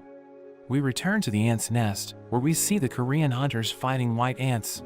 Ma notes that each of them has S-rank strength, but their movements are predictable, and he blocks their attacks, while Haein finishes them off. She mentions that they're tough, but Byung-yu tells everyone not to worry because he will support them. They realize that the enemies are getting stronger, but they think they still have a long way to go before they reach the queen. Taegu wonders if they're headed in the right direction, and Choi thinks Baek can use his abilities to find the queen, so he uses his beast eyes to search the cave. He sees the queen and tells everyone where to find her, but he notes that she's surrounded by her guards. He mentions that many of them are S-rank, and he isn't sure how powerful the queen is, but he thinks they can defeat her if they work together. We see two Japanese hunters looking for Kenzo's team because they suddenly lost contact with them. One of them sees Fushima's glasses, and his companion suddenly throws up as he notes that he smells something extremely dangerous. He realizes that they can't escape, so he creates a massive wall of ice around them, but the Ant King destroys it and kills them in an instant. We cut to Kana and Kumamoto as they realize that they've already lost contact with two teams. Kumamoto wonders what happened to them, but Kana tells him they don't have time to think about it because a swarm of ants is approaching. The Korean hunters reach the queen, and Ma tells everyone to stick to their plan as he turns into a giant and protects them with his shield. Choi summons a fire dragon, which burns everything in its path, but the white ants survive. Baek realizes that he needs to go all out, so he unleashes his full power and crushes the ants with his bare hands. The cameraman's boss orders him to get a better shot, so he tries to get closer, but Byung-yu stops him, telling him it's too dangerous. The ants try to break Ma's defenses, but he blows them away, and Taega shoots them with his arrows. Everyone watches the events unfold, and they root for the hunters to win, because they know that the ants are a threat to their country. The reporter notes that the queen's guards have been wiped out, so she now stands alone. Ma blocks her attack, and Tega shoots her with his arrows, while Beck slashes her with his claws. But she endures all of their attacks, and she releases a poison gas, which hits Beck and Ma. But Byung-gu heals them, telling them they won't die as long as he's around. She tries to attack him, but Ma shields him, and Choi unleashes a powerful fire blast. But it has no effect, and she lets out a scream, as Beck wonders what it means. She tries to retreat, but Beck and Ma hold her in place, and Haein charges in, while Byung-gu buffs her with his spell. She attacks the queen's legs with incredible speed, and she jumps into the air, where she unleashes her sword of light. She slashes the queen's head, and she manages to cut it off, so everyone celebrates, thinking they were able to win. But Beck thinks about the queen's final scream, and Reiji tells everyone they have a problem, because the interference wave didn't work, so the ants are returning to the nest. Choi notices that his flame prison has been destroyed, and the Korean hunters realize that the queen called for help before she died. Haein knows that the ants aren't strong enough to destroy the flame prison, and everyone senses an overpowering presence as the Ant King appears before them. She suddenly starts to feel sick, because she can sense that they're nothing compared to it, and Ma prepares to attack, but he's stunned by its killing intent, and it walks right past him, and everyone watches it as it eats the queen. But it suddenly lets out a piercing scream, and sends Haein flying with a single blow.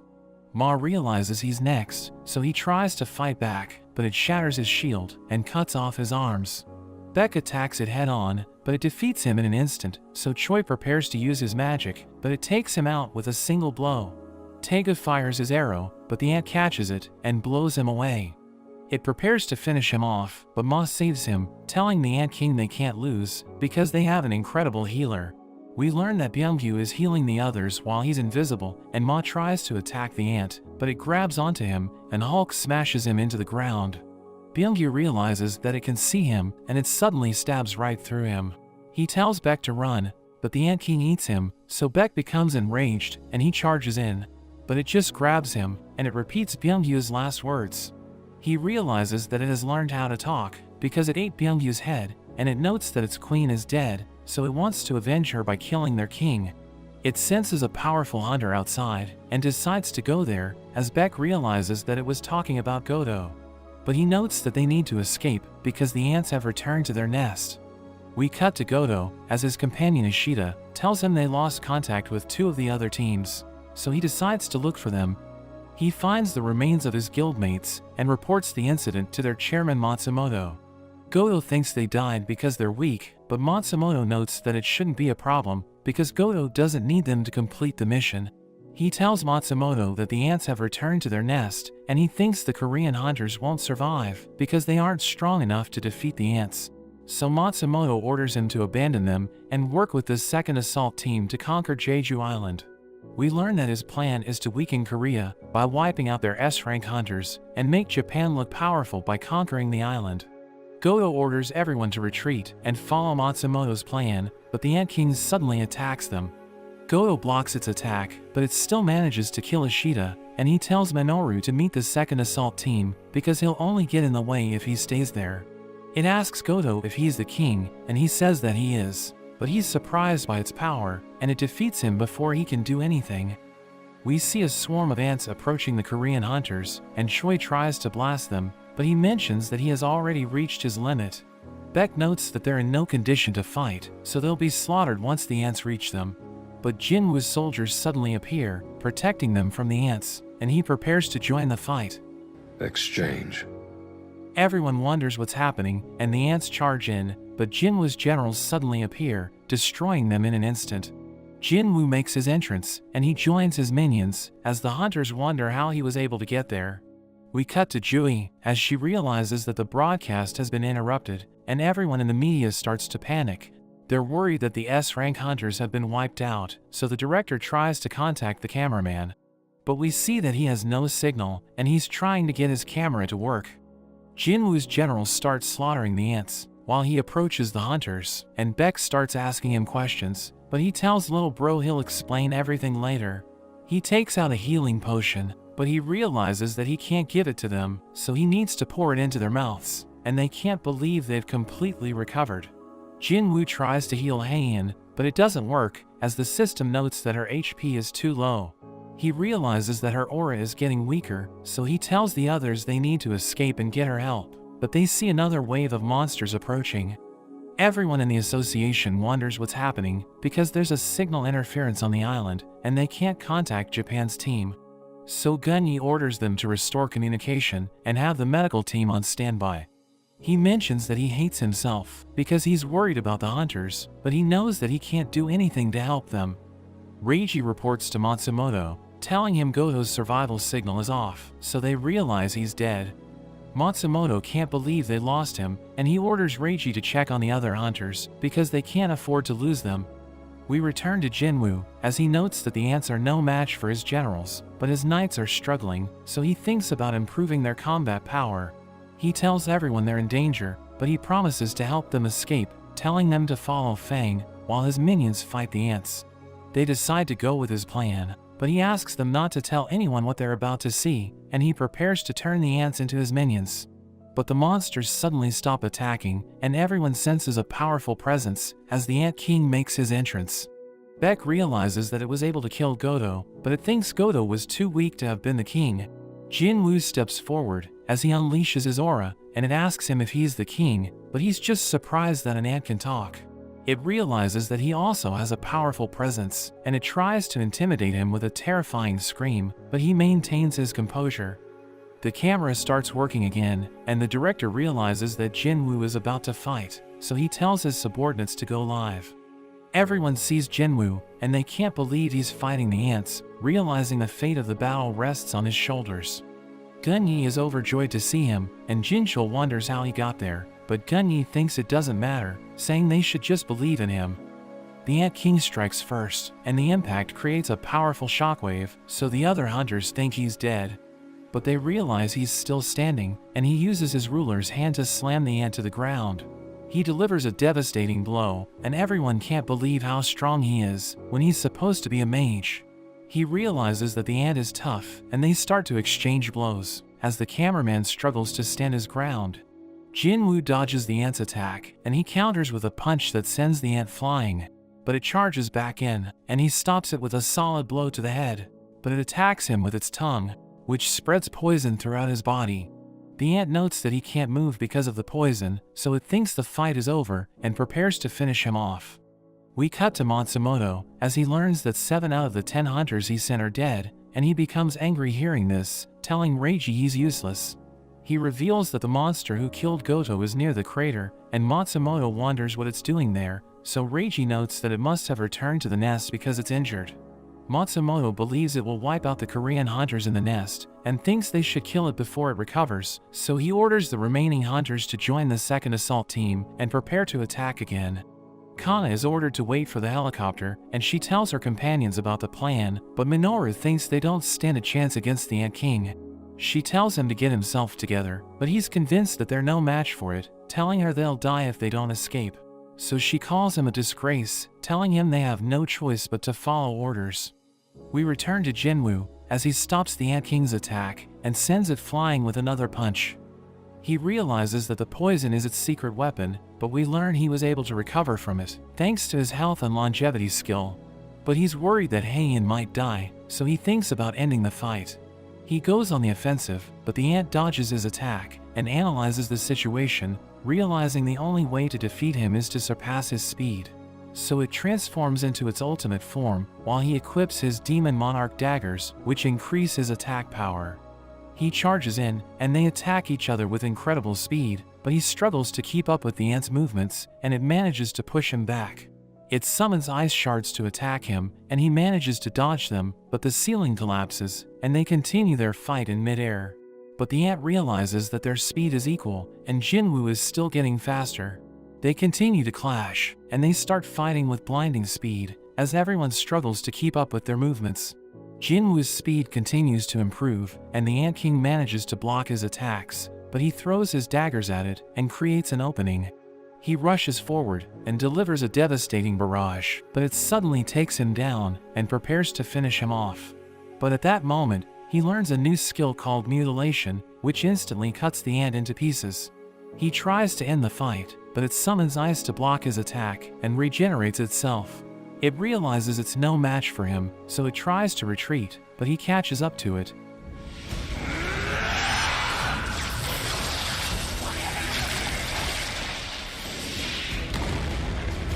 It orders the other ants to attack, but Jin-Woo summons his shadow army, and his minions take down the ants, as Fang obliterates them with a fire blast. The Ant King can't believe it, because it was created to become the apex predator, but it's no match for Jin-Woo. It tries to fly away, but he uses his ruler's hand to smash it to the ground, and he finishes it off with his mutilation skill. The system tells him he has defeated it, and the other ants run away, so everyone realizes the fight is over. But he checks on Haein and realizes she's in terrible condition. Choi tells him their helicopter is parked outside, but Jin-Woo thinks she won't make it. He decides to use the elixir of life as a last resort, but it doesn't work because it can only cure diseases. He wonders how he can save her, because his potions don't work and his shadow exchange skill is still on cooldown, but he refuses to let her die. He tells the cameraman to stop the broadcast, as Fang carries her away and puts her beside Byung-Yu's body. So Baek asks Jin-Woo about his plan, but he doesn't have time to explain and turns Byung-Yu into one of his minions. We see Reiji with the Japanese hunters, as he tells them to stick to the plan, but Minoru doesn't want to return to the island because he knows they're no match for the king. But Reiji notes that it's already dead, telling him a Japanese hunter must have killed it. We return to Jin-Woo, as the other hunters realize he has the power to control the dead, and Byung-Yu uses his healing spell to save Haein. Jin-Woo reveals that he didn't order him to do it, and he knows that Byung-Yu was a good man. But Baek knows that Byung-Yu doesn't like fighting, so he begs Jin-Woo not to send him to battle. He tells Baek not to worry, because he'll let Byung-Yu rest in peace, and he cancels his shadow extraction. So Byung-Yu starts to disappear, but he smiles at Baek, who thanks Jin-Woo for allowing his spirit to pass on. We cut to Matsumoto, who can't believe the Korean hunters are still alive, and he wonders how Jin-Woo was able to join them, because he wasn't supposed to be in the raid. Reiji tells him he appeared out of nowhere, and asks him if they should proceed with the plan, because their country will struggle if they lose more S-rank hunters. So Matsumoto orders everyone to retreat, but he loses it, since the operation was a complete disaster. We see the ants flying away from the island, and the sentry team tries to fight them off, realizing they're out of control, because they lost their leader. The S-ranked hunters rush to their helicopter, but they realize that the ants are flying toward the mainland, thinking they won't be able to escape if they don't hurry. Choi tells everyone it's time to leave, but a mage asks him why Jin-Woo isn't with them. So Choi explains that he'll stay behind to eliminate the ants, but they can't help him because they need to take Haein to the medical team. We see Fang burning the ants' eggs, and Jin-Woo uses the longsword of the demon monarch to summon lightning, which destroy the ants in an instant. He realizes that its destructive power is amazing, but he orders his minions to do the rest, and they exterminate the ants in the nest, allowing him to reach level 100. He approaches the Ant King's remains, and uses his shadow extraction, but he's suddenly surrounded by darkness, so he thinks his spell failed. But the shadow of the Ant King suddenly appears, and he prepares to turn the other ants into his minions, but it suddenly calls him the king. He's surprised that it can talk, because his other minions never speak to him, and the system tells him to give it a name, as he notes that it's his first time seeing a general rank minion. He thinks it can speak because of its rank, and he notes that he was the one who killed it, but it explains that it isn't dead, because it was reborn thanks to his powers. It promises to be loyal to him, and tells him to give it a name, so he decides to call it Beru, and adds the other ants into his shadow army. We see a swarm of ants approaching his city, and the sentry team fights to protect everyone, as Beru tells Jin-Woo that over 4,000 ants are running rampant, so he orders him to wipe them out, and it flies off to deal with them. Song-Chi works with the other hunters to defeat an ant, and he tells them they need to work together to kill the monsters one by one. But two ants attack him at the same time, so Jui realizes he's in trouble, but they suddenly get cut into pieces. Everyone sees a light destroying everything in its path, and we see that it's Beru, but the other hunters don't know what it is, because it's moving too fast. We see the S-rank hunters in the helicopter, as the mage struggles to maintain his barrier, which is protecting them from the ants. Taegu and Choi try to shoot them down, but they still break through the barrier, so everyone thinks they're doomed. But a blast of lightning suddenly kills the ants, and Kaisel appears with Jin-Woo, so they realize he saved them once again. The hunters end up wiping out the ants, and Choi's group returns safely, so everyone celebrates. Haein is transferred to the medical team, while Gun-Yi notes that they suffered casualties during the battle, but they were finally able to conquer Jeju Island. We see a swarm of ants approaching the Chinese Navy, but their national-level hunter unleashes his power and slashes them with his swords. His attack creates an enormous explosion, which instantly wipes them out, as he notes that they weren't even a challenge. A few days later, we see everyone gathering at a monument, where they pay their respects to the people killed by the ants.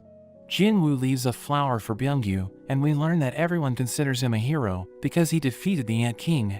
But there are people who blame him for the casualties, since he could have prevented countless deaths if he wasn't so busy aura farming. But Beck tells him to raise his head, reminding him that he was the one who put an end to the tragedy.